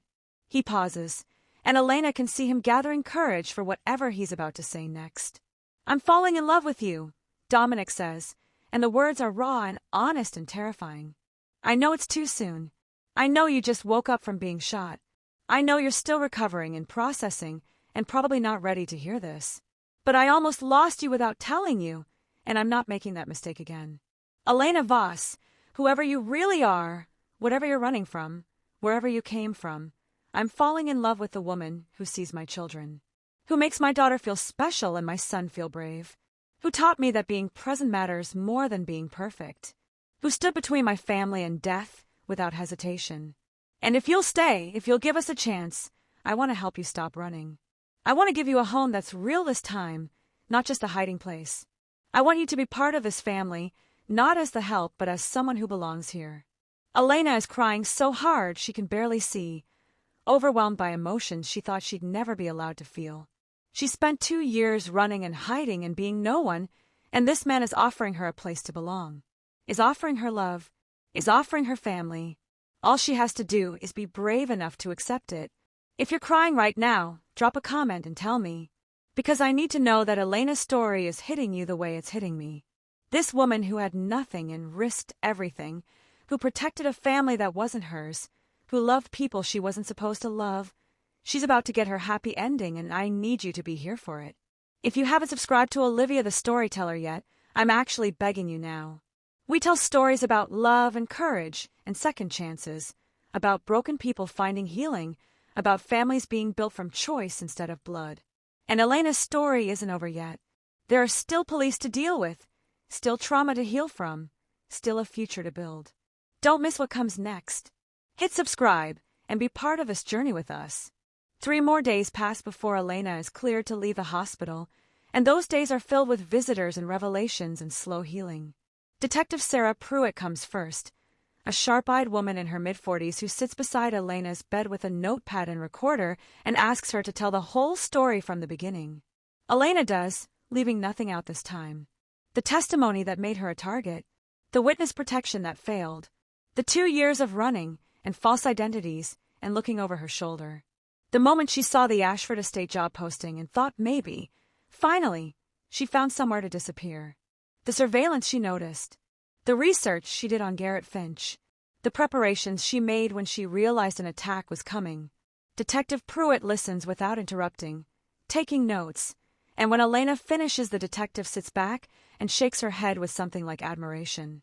You documented everything, she says. Every instance of surveillance, every threat indicator, every vulnerability in the estate's security. You basically built our entire case for us. Garrett Finch and his crew were caught at the Canadian border 12 hours after the attack. We arrested them using the evidence from your auto-send email, the one you set to go out at 11 p.m. Elena feels relief, so intense it's almost painful. They're caught, she says. They can't hurt this family anymore. Detective Pruitt nods, but her expression is serious when she speaks next. They can't, she confirms. But there's still the matter of your falsified employment documents. Technically, you committed fraud when you applied to work for the Ashford family under false pretenses. Elena's heart sinks because she knew this was coming, knew there would be consequences for her lies, even if those lies kept her alive. I understand, she says quietly. I'm prepared to face whatever charges you need to bring. But Detective Pruitt surprises her by pulling out a different folder, this one with federal seals. Your case has been reviewed by the U.S. Attorney's Office, she says. The same office that prosecuted the corruption case you testified in 2 years ago. They're very interested in what happened to you after you entered witness protection. Very interested in how the program failed to keep you safe and forced you underground. Very interested in offering you a deal. Elena doesn't dare hope, doesn't let herself imagine what kind of deal could possibly help her now. If you're willing to testify again, the detective continues, this time about the failures in witness protection and the ongoing threats you faced, they'll grant you full immunity. Wipe your record clean. Give you a new legitimate identity if you want one, or restore your old one if you prefer. And they'll ensure that the people hunting you face additional charges. Elena can barely process what she's hearing. A clean slate, a legitimate identity, a future that doesn't involve running. Are you serious? She asks, and her voice cracks. Detective Pruitt smiles, the first genuine smile Elena has seen from her. You saved a family from a violent assault. You gathered evidence that's going to put 5 dangerous men in prison for a very long time. You're a decorated veteran who served your country and then got burned by the system that was supposed to protect you. Trust me, no prosecutor wants to be the one who charges you with anything. You're a hero, Ms. Voss. And heroes get second chances. Elena looks at the paperwork the detective is handing her, the official forms with government letterhead, and she realizes that for the first time in 2 years, she might actually be free. Free to stop running. Free to use her real name. Free to stay with the Ashford family without fear of exposure or arrest. She signs the papers with shaking hands, and when Detective Pruitt leaves, she takes with her the weight that Elena has been carrying for so long. The investigation will take months, the detective warns. There will be depositions and court appearances, but you'll be safe during all of it. Protected. And when it's over, you can finally live your life. The children visit next, brought by Margaret, who hovers protectively in the doorway, while Lily and Owen approach Elena's bed with the kind of careful reverence people usually reserve for something fragile and precious. "Miss Elena," Lily says, and her voice is small and scared in a way that breaks Elena's heart. "Are you really okay? Are you going to die?" Elena reaches out with her good arm and pulls Lily close, breathing in the scent of her shampoo and feeling the girl tremble. "I'm okay, sweetheart," Elena says firmly. "I'm going to be just fine. The bullet missed everything important, and the doctors say I'll make a full recovery. I'm not going anywhere." Owen climbs up onto the bed despite Margaret's protests, curling into Elena's side like a kitten seeking warmth. "You saved Daddy," he says. "You're a superhero." Elena laughs and cries at the same time because Owen's simple faith in her, his uncomplicated belief that she's good and brave and heroic, is more healing than any medicine. "Not a superhero," she tells him. "Just someone who loves you very much." Lily pulls back enough to look Elena in the face, and there's a question in her eyes that's older than 11 years should hold. "Are you going to leave us now?" she asks. "Now that everyone knows you were pretending to be someone else? Now that you're hurt, are you going to disappear like Mommy did?" The question cuts deep because Elena understands what Lily is really asking. She's asking if Elena is another person who will abandon them, another adult who will fail to stay, another loss for these children who have already lost too much. Elena takes Lily's face in her hands and makes a promise she intends to keep no matter what. "I'm not leaving," she says. "I'm staying right here with you and Owen and your father. Not as your maid, but as part of your family, if you'll have me. I know I lied about some things. I know I kept secrets. But the one thing I never lied about was caring about you both. You two are the most important thing in my life, and I'm not going anywhere." Lily starts crying then, really crying, all the fear and trauma of the last few days pouring out. Owen joins her, and soon all three of them are crying together on the hospital bed while Margaret dabs at her eyes in the doorway. Dominic appears behind Margaret, and when he sees his children wrapped around Elena, something in his face just surrenders completely. "That's my family," he says to Margaret. "That's my whole family right there." And Margaret smiles through her tears and says, "I know, dear. I've known since the day she made that first paper crane." The letters Elena wrote get delivered after all, because Dominic insists, and Elena doesn't have the strength to argue. She watches Lily and Owen read the words she wrote to them thinking she was saying goodbye, and she sees their faces transform as they realize how much she loves them. Lily reads hers twice, and then tucks it into her pocket to keep. Owen asks Elena to read his out loud to him, even though he can read perfectly well, and Elena realizes he just wants to hear her voice saying the words. The letter to Dominic he keeps for himself, reads alone in the hallway, and when he comes back into the room his eyes are red but his smile is genuine. "You told me Caroline would be proud," he says. "I think she would be proud of you. Proud that her children found someone who loves them the way you do. Proud that I found someone who reminds me how to live instead of just survive." Elena doesn't know what to say to that, so she just reaches for his hand, and he holds it like he's never going to let go. When Elena is finally cleared to leave the hospital 5 days after waking up, she's expecting to go back to her small room off the kitchen, back to her narrow bed and her hidden knife and her hypervigilant routines.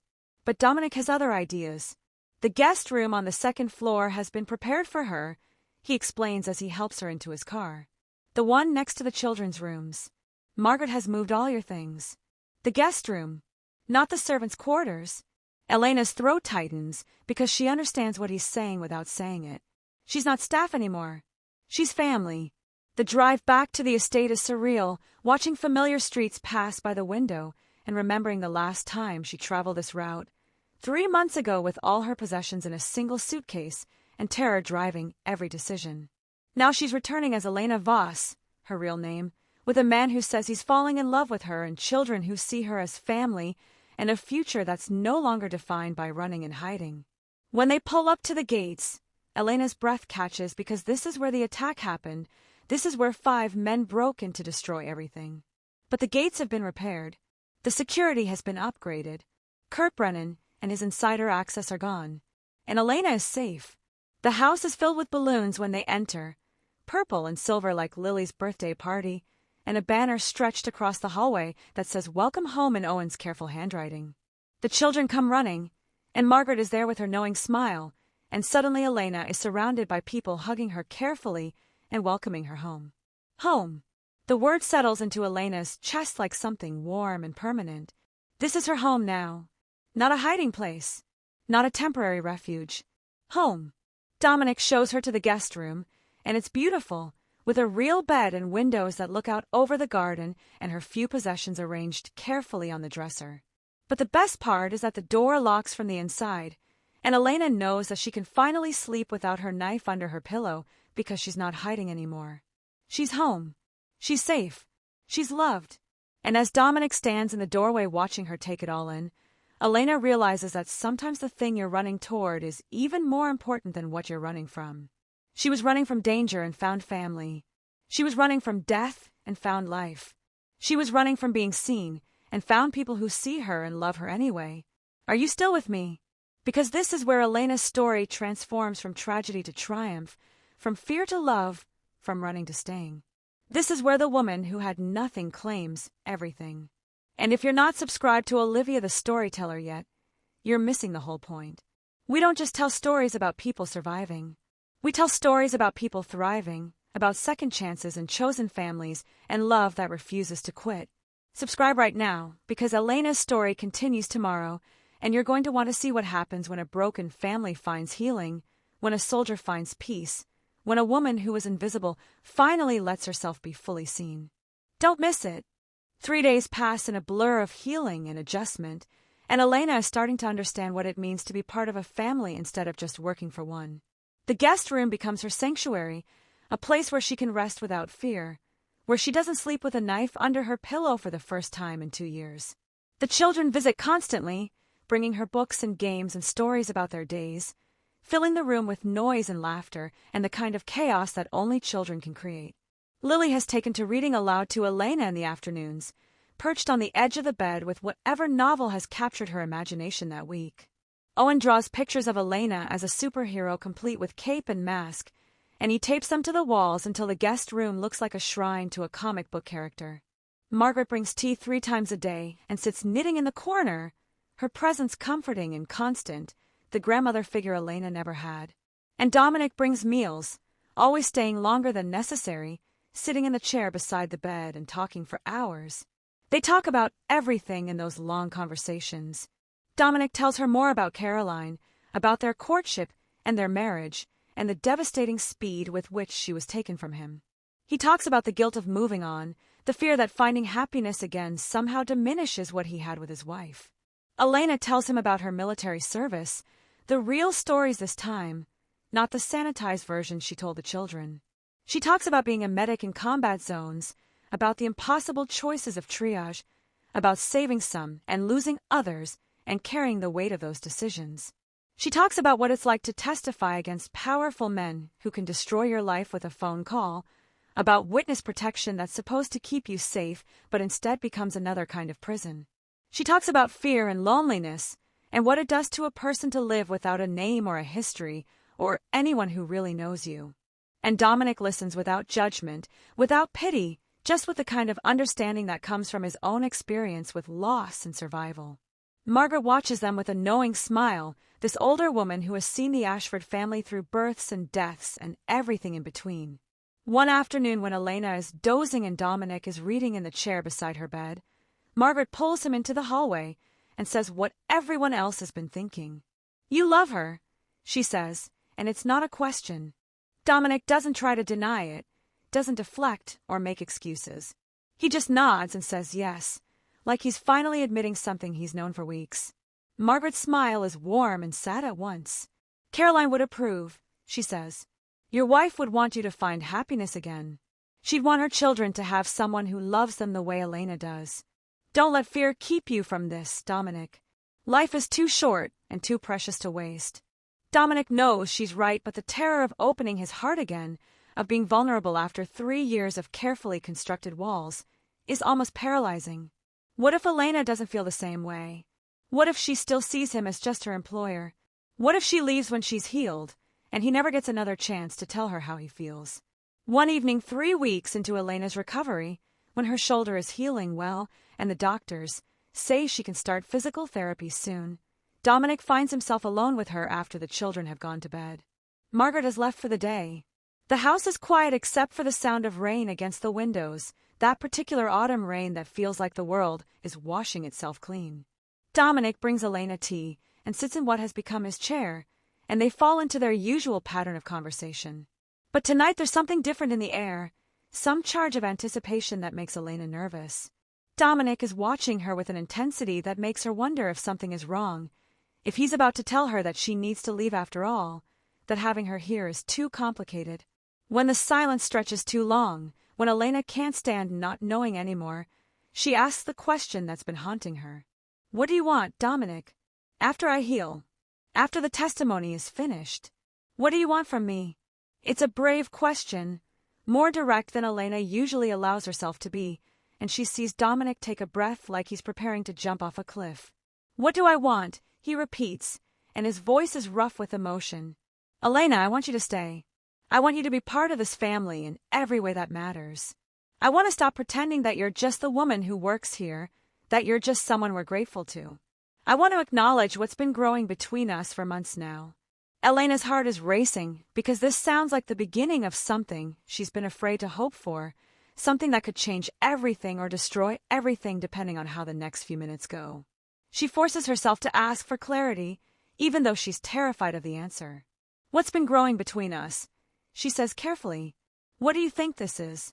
Dominic stands up and moves to sit on the edge of her bed, close enough that she can feel the heat of him, close enough that she has to tilt her head back to meet his eyes. I think I'm falling in love with you, Dominic says, and the words land between them like something solid and real. Elena's breath catches because she's imagined hearing those words in her most secret moments, but she never believed they'd actually be spoken. I know it's complicated, he continues. I know you're still recovering. I know we need to be careful about the children and what this means and how we move forward. But I also know that I can't keep pretending I don't feel this way. You've been living in my house for 3 months, and you've transformed everything. The way my children laugh. The way this house feels alive again. The way I look forward to coming home instead of dreading the silence. And then you threw yourself between me and a bullet, and I realized that I couldn't lose you. Not just because you're amazing with the kids, or because you saved my life, but because somewhere along the way you became essential to me. You became the person I want to talk to at the end of every day. The person whose opinion matters. The person who makes me believe I can be better than I've been. Elena is crying now, tears sliding down her face that she doesn't bother to wipe away. No one has ever said anything like this to her before. No one has ever seen her this clearly or wanted her this completely. But she's also terrified because wanting something this much makes you vulnerable, and vulnerability can get you killed. What if she's not good enough for him? What if her past catches up with her again? What if she fails his children the way she's failed so many people in her life? I'm broken, she whispers. I have PTSD and trust issues, and I wake up from nightmares thinking someone's trying to kill me. I don't know how to be in a relationship. I don't know how to be part of a family in the way you're describing. I'm scared I'll mess this up and hurt everyone, including myself. Dominic reaches out and takes her hand very gently, and his voice is firm when he responds. You think I'm not broken too, he says. You think I don't wake up reaching for a wife who's been dead for 3 years. You think I don't carry guilt about being an absent father and a workaholic who used business to avoid feeling anything. We're all broken, Elena. The question is whether we're going to let that brokenness keep us alone, or whether we're going to heal together. Elena looks at him and sees in his face everything she's been too afraid to let herself want. Safety, belonging, love. The kind of love that doesn't ask you to be perfect, just real. She thinks about Lily and Owen, who have already claimed her as family. She thinks about Margaret, who treats her like a granddaughter. She thinks about this house that has become the first real home she's had since her parents died when she was 16. And she makes a decision that's equal parts terrifying and exhilarating. I want to stay, she says. I want to be part of this family. I want to not be invisible anymore. Not in the way I was before, where I was hiding, but in the way where I'm fully present and fully myself and fully here. Dominic's face transforms with relief and joy, and he says something that makes Elena's heart feel like it might burst. You were never invisible to me. I was just too blind to see you at first, too buried in my own grief and fear. But I see you now, Elena Voss. I see your courage and your strength and your capacity to love despite everything you've been through. And I don't want you to be just part of this family. Elena's heart stops because she knows what's coming next, can see it in his eyes, can feel it in the way he's leaning closer. I want you to be my family, Dominic says. If you're willing. If you think we could build something real together. Take all the time you need to heal and to think about what you want. But know that I'm here. That I'm not going anywhere. That I'm willing to fight for this if you are. Elena doesn't need time to think. She's been thinking about this for weeks, turning it over in her mind during sleepless nights and quiet afternoons. She's been imagining what it would be like to have a real future with this man and these children, to build a life instead of just surviving. And she's finally ready to stop running, stop hiding, stop being afraid of wanting too much. I'm willing, she says, and her voice is steady despite the tears. I want to build something real with you. I want to be here for Lily and Owen. I want to wake up in this house every day and know it's mine. I want to stop living like I'm temporary and start living like I belong. Dominic reaches for her hand and she takes it, their fingers intertwining like a promise. And then he's leaning in, slowly and carefully, giving her time to pull away if she wants to. But Elena doesn't want to pull away. She wants this. She wants him. She wants the life he's offering and the family he's describing and the future they could build together. So when his lips meet hers, gentle and careful of her injuries, Elena kisses him back with everything she has. It's not the passionate, desperate kiss of movies. It's something softer and more profound, a promise of beginning, a commitment to try, an acknowledgement that they're both broken and scared but willing to heal together. When they finally pull apart, both of them are crying and smiling, and Elena feels something shift in her chest. The fear that's been her constant companion for 2 years loosens its grip. The hypervigilance that's kept her alive but also kept her alone starts to quiet. And in its place grows something she thought she'd lost forever. Hope. Stop right there. Just stop. If you've been with me for this entire journey, if you felt every moment of Elena's fear and courage and loneliness and love, if you've cried with her and celebrated with her and wanted desperately for her to find happiness, and you still haven't subscribed to Olivia the Storyteller, I genuinely need to understand why. I need you to drop a comment right now telling me what's stopping you. Because I pour my heart into these stories, into crafting narratives that matter, that move you, that remind you why courage and love and second chances are worth fighting for. These aren't just stories to pass the time. They're stories about what it means to be human, to survive trauma, to find family in unexpected places, to be brave when bravery feels impossible. And all I'm asking in return is one click, one subscription. If Elena can take a bullet for a family she'd known only 3 months, if she can stand against 5 armed men to protect people who barely knew her name, surely you can tap that subscribe button for content that's clearly resonating with you. And if you won't subscribe, then at least tell me why in the comments. Tell me what I'm missing. Tell me what you need to see. Because I genuinely want to understand.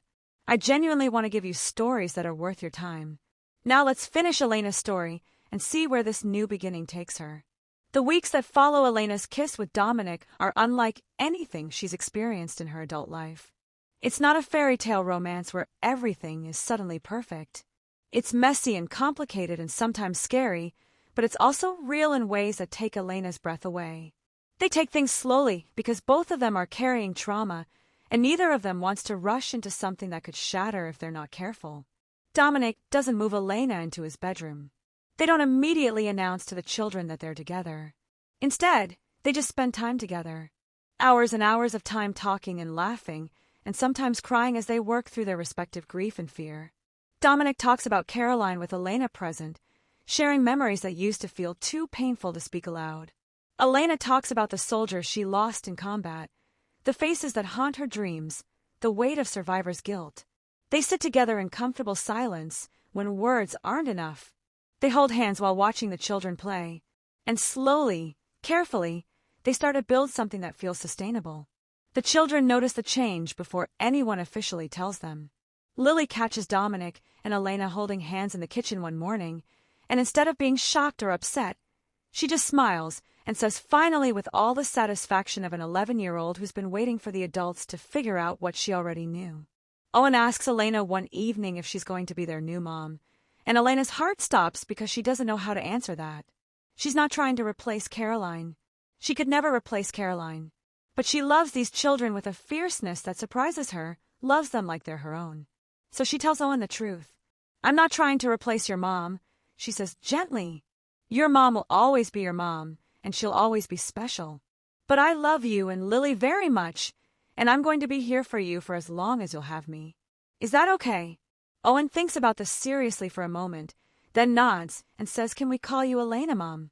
Not Mom, because that's for Mommy, but Elena, Mom. And Elena has to leave the room because she's crying too hard to speak, overwhelmed by this child's capacity to love and include and make space for both his mother's memory and Elena's presence. Margaret watches all of this unfold with the quiet satisfaction of someone who saw it coming from the beginning. She pulls Elena aside one day and gives her the kind of advice that only someone who spent 40 years with a family can give. "Don't try to be perfect," she says. "Don't try to be Caroline or to fill her shoes or to make everyone forget their grief. Just be yourself. Be present. Be honest about your struggles. That's what this family needs. Someone real and flawed and human who shows up every day and tries her best." Elena takes that advice to heart, stops trying to be the perfect partner or perfect mother figure, and just focuses on being present. She has bad days where the PTSD makes her jumpy and irritable. She has nightmares that wake her up screaming. She has moments where the fear of her past catching up with her makes her want to run. But she doesn't run. She stays. She talks about what she's feeling. She lets Dominic hold her when she's scared and lets the children distract her when she's anxious. And slowly, over weeks and months, the bad days become less frequent and the good days start to feel like the new normal. The testimony that Detective Pruitt mentioned happens 6 weeks after the attack, and it's every bit as difficult as Elena feared. She has to sit in a federal courthouse and relive her original testimony, has to talk about the corruption she witnessed and the retaliation she faced, and the failure of witness protection to keep her safe. She has to see the men who threatened her, who forced her into hiding, who turned her life into a constant state of flight. But this time is different because she's not alone. Dominic sits in the courtroom gallery, and when Elena's voice starts to shake, he catches her eye and nods, reminding her that she's safe now. Margaret stays with the children, but sends text messages of encouragement between sessions. Even Detective Pruitt treats her with respect and care, making sure Elena has breaks when she needs them and protection if she feels threatened. And at the end of 3 days of testimony, when the prosecutor tells her that her courage is going to help bring down an entire network of corruption, Elena feels something she hasn't felt in years. Pride. Not the arrogant kind, but the quiet kind. The knowledge that she did something hard and important and right. The immunity agreement is finalized a week later, and Elena Voss officially gets her life back. Her record is cleared of the false documentation charges. Her real identity is restored. And most importantly, the people who wanted her dead are facing charges that will keep them in prison for decades. She's free. Actually, truly free. Elena celebrates by doing something she hasn't done in 2 years. She calls her old army buddies, the ones she served with, and then had to cut off when she went into hiding. She tells them she's alive, and she's safe, and she's finally ready to be part of the world again. Some of them cry. All of them tell her they missed her. And several of them make plans to visit, to meet this new family she's found, to see for themselves that their friend is okay. Elena didn't realize how much she missed having friends until she has them back, how isolating it's been to live without anyone from her past, how healing it is to be known by people who remember who she was before trauma tried to erase her. 2 months after the attack, on a Saturday morning when autumn is turning to winter and the estate is covered in the first frost of the season, Dominic asks Elena to take a walk with him in the garden. The children are at a friend's house for a play date. Margaret has the day off. It's just the 2 of them, And Elena can tell from the nervous energy radiating off Dominic that something important is about to happen. They walk in silence for a while, their breath misting in the cold air, their hands clasped together. Finally, Dominic stops beside Caroline's rose garden, the one he planted in her memory and has maintained obsessively for 3 years. "Elena," he says, and his voice is shaking. "I need to tell you something." Elena's heart starts racing because she can't read his expression, can't tell if this is good nervousness or bad nervousness. "I've been thinking a lot about the future," Dominic continues. "About what I want my life to look like. About what kind of example I want to set for my children. And I've realized that I don't want to waste any more time being afraid or holding back or pretending that what we have is casual or temporary." He reaches into his jacket pocket and pulls out a small box, and Elena's breath stops completely because she knows what this is, what this means. "I'm not asking you to forget Caroline or to replace her," Dominic says, and there are tears on his face now. "I'm not asking you to be someone you're not. I'm asking you to be exactly who you are, the woman who saved my life and my children's lives, the woman who brought light back into our home, the woman I love more than I thought I could ever love anyone again. Elena Voss, will you marry me? Will you officially become part of this family? Will you build a future with us?" The ring inside the box is beautiful but simple, exactly Elena's style, and she realizes that Dominic has been paying attention to everything, learning what she likes and who she is. Elena looks at this man who has given her sanctuary and family and love, who has seen her at her worst and her best and chosen her anyway. And she says the easiest yes of her entire life. 6 months pass like a dream that Elena keeps expecting to wake up from, but this time the dream is real and it's hers to keep. The engagement is announced to the children first, and their reaction is everything Elena hoped for and more.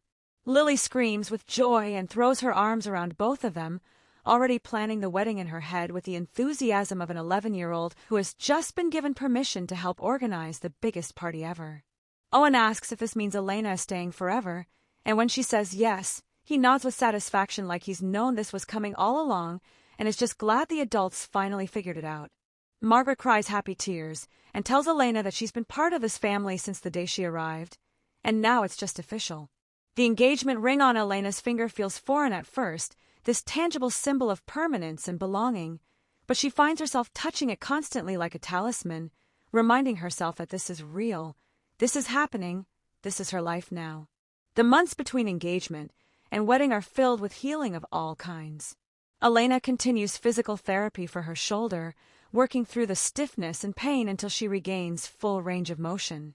The scar that remains is thick and raised, a permanent reminder of the night she took a bullet for Dominic, but Elena doesn't hide it. She wears it like a badge of courage, this physical proof that she chose to stay and fight instead of run. The nightmares become less frequent, though they don't disappear completely. Some nights she still wakes up gasping, convinced someone is breaking in, convinced the attack is happening again. But now when that happens, Dominic is there. Not in her bed yet, because they're being careful about the children and about moving too fast, but down the hall, always ready to come sit with her until the fear passes. He doesn't try to fix it or minimize it. He just sits with her in the darkness and holds her hand and reminds her that she's safe, that they're all safe, that the men who hurt them are in prison and can't hurt them anymore. The wedding planning becomes a family project that brings them all even closer together. Lily appoints herself as Elena's chief advisor, bringing magazine clippings and Pinterest boards filled with ideas about flowers and dresses and decorations. Owen wants to make sure there's good food, asking repeatedly if they can have mac and cheese at the reception because it's his favorite. Margaret takes charge of the logistics with the efficiency of someone who has run a household for 40 years, coordinating with caterers and florists and musicians. And Dominic just watches it all with a smile that hasn't left his face since Elena said yes. This man who spent 3 years buried in grief, finally allowing himself to be happy again. Elena makes one non-negotiable decision about the wedding. It has to be small and intimate, held at the estate, with only the people who matter most. No society pages, no business contacts, no spectacle. Just family and a handful of close friends, celebrating love and second chances, and the way broken people can heal together. And now here they are, 6 months after that proposal in the rose garden, and Elena is standing in the backyard of the Ashford estate on a sunny afternoon that feels like a gift. She's wearing jeans and a comfortable sweater, her hair pulled back in a ponytail, and she couldn't look less like the maid who arrived here 9 months ago if she tried. That woman was invisible by design, carefully hiding who she was and what she could do. This woman is fully visible, fully present, fully herself. She's teaching Owen basic self-defense moves on the grass, showing him how to break a grip and create space and run if he needs to. Not because she expects him to ever need these skills, but because knowing how to protect yourself gives you confidence, gives you power, gives you the ability to move through the world without fear. Owen is taking it very seriously, practicing his moves with fierce concentration, and Elena feels proud of this boy who has grown so much in the months she's known him. Lily is nearby practicing first aid on her collection of stuffed animals, wrapping bandages around a bear's arm and checking a rabbit's pulse with the kind of intense focus that reminds Elena of herself at that age. Because you never know when you'll need to help someone, Elena had explained when Lily asked why she should learn this. Because being able to save a life, even in a small way, is one of the most important skills you can have. Lily had absorbed that lesson with the seriousness it deserved, and now she practices regularly, this child who wants to be ready to help just like Elena was ready.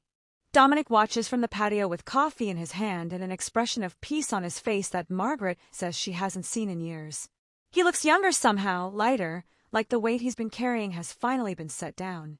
When Margaret brings out fresh lemonade and comments that Elena has transformed this family, Dominic corrects her gently. "She's transformed me," he says, and the gratitude in his voice makes Elena's chest tight with emotion. Elena's shoulder is fully healed now, the physical therapy complete, full strength and mobility restored. The scar remains as a permanent reminder, a raised line of tissue that she sometimes traces with her fingers when she's thinking. "It's a badge of courage," Dominic told her once, and Elena has chosen to believe him. It's proof that she stood her ground, that she protected the people she loves, that she survived something that could have killed her. Some days when she catches her reflection in the mirror and sees that scar, she feels proud. Other days, she feels the phantom pain of the bullet's impact and remembers how close she came to losing everything. But mostly she just feels grateful. Grateful to be alive. Grateful to be here. Grateful to have a family and a home and a future that doesn't involve running or hiding or being someone she's not. Inside the house, there's a newspaper on the kitchen table that Elena hasn't thrown away yet because she wants to keep it as proof that justice actually exists. The headline reads, "Finch corruption case concludes," and the article details how all 5 men who attacked the Ashford estate have been sentenced. Garrett Finch got 20 years for conspiracy, assault with a deadly weapon, and attempted murder. Kurt Brennan got 18 years for his role as the inside man. Ivan Leo and Ramon each got 15 years. But that's not all. The investigation that started with the attack on the estate uncovered a broader network of corporate fraud and corruption, and Garrett is facing additional charges that will likely keep him in prison for the rest of his life. Elena's testimony was instrumental in the broader investigation, the prosecutor had told her. "Your courage in coming forward helped us expose corruption that's been going on for years. You saved more than just your family that night. You helped take down an entire criminal network." The other headline Elena keeps is even more personal. Her ex-partner, the high-ranking official she testified against 2 years ago, the man whose retaliation forced her into witness protection and then into hiding, he's awaiting trial on new charges. The investigation into witness protection failures led investigators back to him, and they discovered evidence of obstruction of justice, intimidation of witnesses, and abuse of power. He's going to prison, Detective Pruitt had told Elena on the phone yesterday. "Because of you. Because you refused to let him win. You did good, Elena. Real good." Elena is free now, truly free for the first time in years. Federal witness protection has officially closed her case. Her identity has been restored. Her record has been cleared. She can live under her real name without fear, can reconnect with old friends, can build a future without constantly looking over her shoulder. Some days she still catches herself checking exits and watching strangers too carefully. Old habits die hard and trauma doesn't disappear overnight. But the fear is diminishing, replaced gradually by a sense of safety she never thought she'd feel again. Evening comes, and with it the family dinner that has become a sacred tradition in the Ashford household. They eat together every night now unless work or school makes it impossible. gathering around the table to share food and stories, and the small moments that make up a life. Tonight, Lily is full of questions about Elena's military service, asking her to tell them about the army and what it was like and what she did. Elena shares real stories now, edited for age appropriateness, but honest about the fear and the courage and the impossible choices. She talks about being a combat medic, about saving lives under fire, about the soldiers who survived because she was there and the ones who didn't despite everything she tried. Owen listens with wide eyes and then says with complete sincerity, "You're the bravest person I know." Elena's throat tightens with emotion, and she tells him something she's learned through years of facing danger. Bravery isn't not being afraid, she says. Bravery is doing the right thing even when you're terrified, even when every instinct is telling you to run, even when you don't know if you're going to survive. Lily makes the connection immediately, the smart girl who sees patterns and understands subtext. "Like you did with Daddy," she says. "When those bad men came. You were scared, but you stayed anyway." Elena nods and says exactly like that, and she sees Dominic watching her from across the table with warmth in his eyes that makes her feel seen in the best possible way. After dinner, after the children have gone to bed with hugs and kisses and elaborate goodnight rituals, Dominic finds Elena on the balcony off the master bedroom. She's standing in the cool evening air looking out over the estate grounds, over the garden where they got engaged, and the lawn where the wedding will be held in just a few weeks. Dominic comes up behind her and wraps his arms around her waist, careful of her shoulder even though it's fully healed, and asks a question he's asked before. "Happy," he says simply, and Elena leans back against him and tells him the truth. "Happier than I ever thought possible," she admits. "There was a time when I thought I'd spend the rest of my life running and alone and invisible. And now I have this. I have you and the children and Margaret and a home and a future. How did I get this lucky?" Dominic turns her around to face him, and there's something serious in his expression, something that makes Elena's breath catch. "No regrets?" he asks. "You could be doing anything with your life now that you're free. You could go back to the military, work as a medic somewhere, travel the world. You don't have to stay here." Elena cups his face in her hands and makes sure he's looking at her when she responds. "I'm doing exactly what I want," she says firmly. "I'm exactly where I want to be. This is home, Dominic. You and the children, this house, this life we're building together. I'm not staying because I have nowhere else to go. I'm staying because this is where I belong. I'm home." Dominic's eyes get suspiciously bright, and he reaches into his pocket and pulls out a small box. Elena's breath catches because she's already wearing an engagement ring, already said yes to marrying him, already planning a wedding that's weeks away. "What is this?" she asks, confused and touched and a little bit scared. "I know it's only been 6 months," Dominic says, and his voice is shaking slightly with emotion and nerves. "I know people will say we should wait longer, that it's too soon after Caroline, that we barely know each other. But I've learned something in these 6 months, Elena. I've learned that life is short and precious and unpredictable. I've learned that the people who matter shouldn't be taken for granted. I've learned that sometimes you meet someone who changes everything, and when you do, you don't waste time being cautious or following other people's timelines." He opens the box, and inside is a different ring, a wedding band that matches her engagement ring perfectly. Elena is crying now, overwhelmed by the gesture and the love behind it. "You taught me to see what's right in front of me," Dominic continues, "to appreciate the extraordinary in the ordinary, to be present instead of just surviving. And Elena, there is nothing ordinary about you. There's nothing ordinary about the way you love my children, or the way you saved our lives, or the way you make me believe in second chances. So I'm asking you again, even though you already said yes. Marry me, not because you saved my life, though you did, not because my children adore you, though they do, but because I can't imagine my life without you in it. Because you're my family and my future and the person I want beside me for whatever time we have left." Elena doesn't hesitate, doesn't need time to think or consider or weigh her options. "Yes," she says, and it comes out somewhere between a laugh and a sob.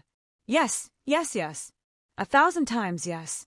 Dominic slides the wedding band onto her finger next to the engagement ring, and then he pulls her close and kisses her deeply, this kiss that tastes like promise and commitment and hope. Margaret appears in the doorway, and Elena doesn't know how long she's been standing there, but the older woman is dabbing at her eyes with a handkerchief and smiling through her tears. The children are peeking from the stairs, and when they see Elena and Dominic kissing, they giggle with delight and rush forward to join the embrace. This broken family, Elena thinks as she holds them all close.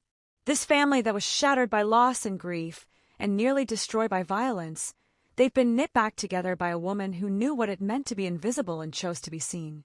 They've been healed by love and courage and the determination to build something beautiful from broken pieces. The weeks fly by in a blur of final preparations and nervous anticipation, and suddenly it's the day. 1 year after Elena first walked through the gates of the Ashford estate with a single suitcase and a false name, she's getting married in the garden she's come to love. It's a small wedding, just as she wanted. Fewer than 30 people gather on the lawn beneath white chairs and an arbor wrapped in flowers. Lily and Owen are in the wedding party. Lily in a purple dress that she picked herself, and Owen in a suit that he complains about but secretly loves. Margaret is in the front row, crying happy tears before the ceremony even starts. Detective Sarah Pruitt is there too, having become a friend over the months of testimony and investigation, and she brought a gift that makes Elena cry when she opens it. A framed commendation for heroism, officially recognizing Elena's actions in protecting the Ashford family and assisting in the capture of dangerous criminals. Old army buddies are scattered through the chairs, friends Elena thought she'd lost forever when she went into hiding, and their presence means everything. Elena stands at the back of the aisle in a simple white dress that's elegant without being ostentatious, and she takes a moment to breathe and center herself and really feel this moment. She's not running anymore. She's not hiding anymore. She's not invisible anymore. She's Elena Voss, soon to be Elena Voss Ashford, and she's exactly where she's supposed to be. The music starts and Lily and Owen walk down the aisle first, and then it's Elena's turn. She doesn't have anyone to walk her down the aisle, no father or family to give her away, so she walks alone. But she realizes as she moves toward Dominic that she's not alone at all. She's surrounded by family, by people who chose her and whom she chose in return. She sees Dominic waiting for her at the altar, and the expression on his face, the love and awe and gratitude, it takes her breath away. She sees the children smiling and Margaret crying, and all these people who have become her family. And she sees her future spread before her like a road she gets to walk without fear, without running, without looking over her shoulder. The ceremony is beautiful and simple, officiated by a minister who understands that this is more than just a wedding.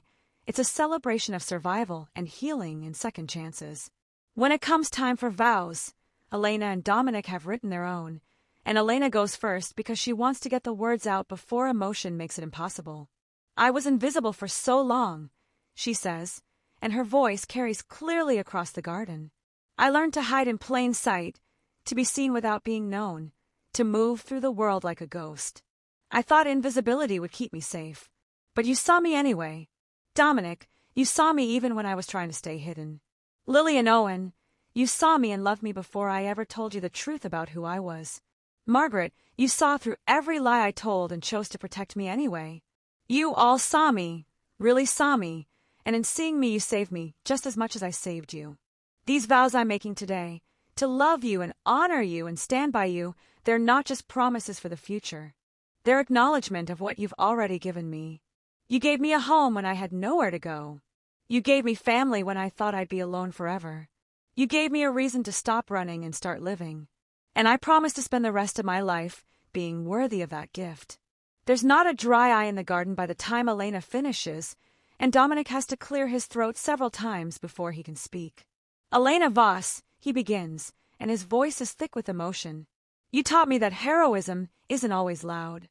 Sometimes it's quiet.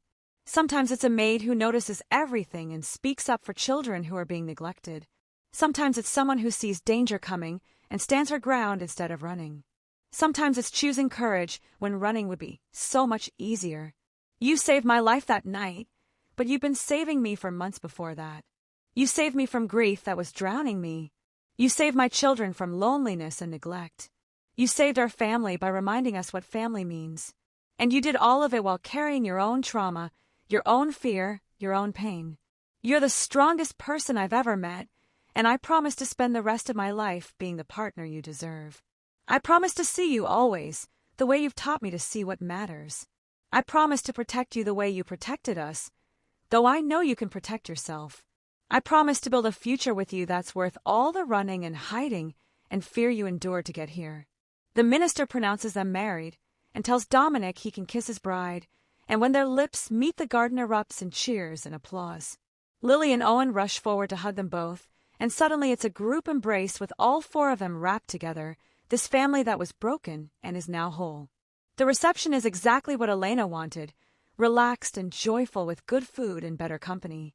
There's dancing on the lawn and toasts that make everyone laugh and cry.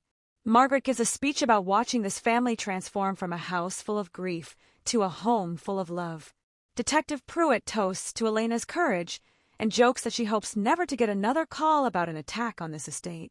The army friends share embarrassing stories from Elena's service days that make her blush and Dominic laugh. And through it all, Elena keeps touching her wedding rings, these symbols of permanence and belonging, and marveling at the fact that this is her life now. As the sun sets and the party winds down, as guests begin to leave with hugs and congratulations and promises to visit soon, Elena stands with Dominic watching their children play on the lawn with the last of the evening light. This is my family, she thinks. These are my people. This is my home. The story that started with a woman running scared has ended with a woman standing firm. The journey that began with lies and false identities has ended with truth and authenticity. The path that seemed to lead only to loneliness and fear has somehow led here, to love and family and belonging. Elena Voss Ashford is no longer invisible. She's no longer alone. She's no longer running. She's finally, truly, completely home. And as Dominic takes her hand and they walk together toward their children and their future, Elena feels something she thought she'd lost forever. She feels peace. She feels hope. She feels like the woman she was always meant to be, if only someone had seen her and given her a chance to become it. And that's Elena's story. From invisible maid to beloved wife and mother. From running scared to standing firm. From taking a bullet to walking down the aisle. From having nothing and no one to having everything that matters. This is what happens when ordinary people do extraordinary things, when courage meets opportunity, when broken people find healing in each other. Elena transformed not just her own life, but everyone around her. She showed a grieving widower how to live again. She showed neglected children that they matter. She showed an entire household what real bravery looks like. And in the process, she found the thing she'd been searching for all along without even knowing it. She found home. Now I have a question for you, and I need you to really think about your answer. You just spent over 2 hours with me hearing Elena's story. You felt her fear when she was running and hiding. You felt her determination when she saw danger coming. You felt your heart race during that 8-minute battle with 5 armed men. You felt the relief when she survived. You felt the joy when she found love. You felt every emotion right alongside her because that's what storytelling is supposed to do. It's supposed to make you feel, to make you care, to make you invested in what happens to people you've never met. And if you're still not subscribed to Olivia the Storyteller after experiencing all of that, I genuinely need to understand why. Are you worried you'll miss out if you subscribe? Because you're already missing out by not subscribing. Do you know what's coming tomorrow? Another story, just as powerful as Elena's, another journey of courage and transformation, another reminder of what humans are capable of when they refuse to give up. We bring you stories like this every single week. Stories of people who face impossible odds and find ways to win. Stories of families broken by tragedy and healed by love. Stories of courage and redemption and justice and second chances. Stories that make you feel something real in a world that often feels numb and disconnected. This isn't just entertainment. This is the kind of storytelling that reminds you why life matters, why courage matters, why love matters. So here's what I'm asking, and I'm asking directly because you've given me 2 hours of your time and you deserve honesty. If this story moved you, if you felt Elena's fear and celebrated her victory, if you found yourself caring about these fictional characters like they were real people, if you want more stories that restore your faith in human courage and human goodness, hit that subscribe button right now. It's free. It takes 1 second, and it ensures you never miss another story like this one. You get to be part of a community of people who believe stories matter, who believe courage exists, who believe that ordinary people can do extraordinary things. And if you're still not going to subscribe after all of that, then I genuinely want to understand why. Drop a comment right now telling me what's holding you back. Is it the length of these stories? Do you prefer shorter content? Is it the emotional intensity? Do you find it too much? Is it that you just enjoy watching without committing to anything? I'm not judging. I genuinely want to know. Because I pour my heart into researching and writing and presenting these stories, and if there's something I can do better, something that would make you want to subscribe, I need to hear it. Your feedback matters to me because you matter to me. Every single person watching this matters. For those of you who are already subscribed, thank you. Thank you from the bottom of my heart. You're the reason I can keep doing this. You're the reason Olivia the Storyteller exists. You're the reason these stories reach people all over the world who need to hear them.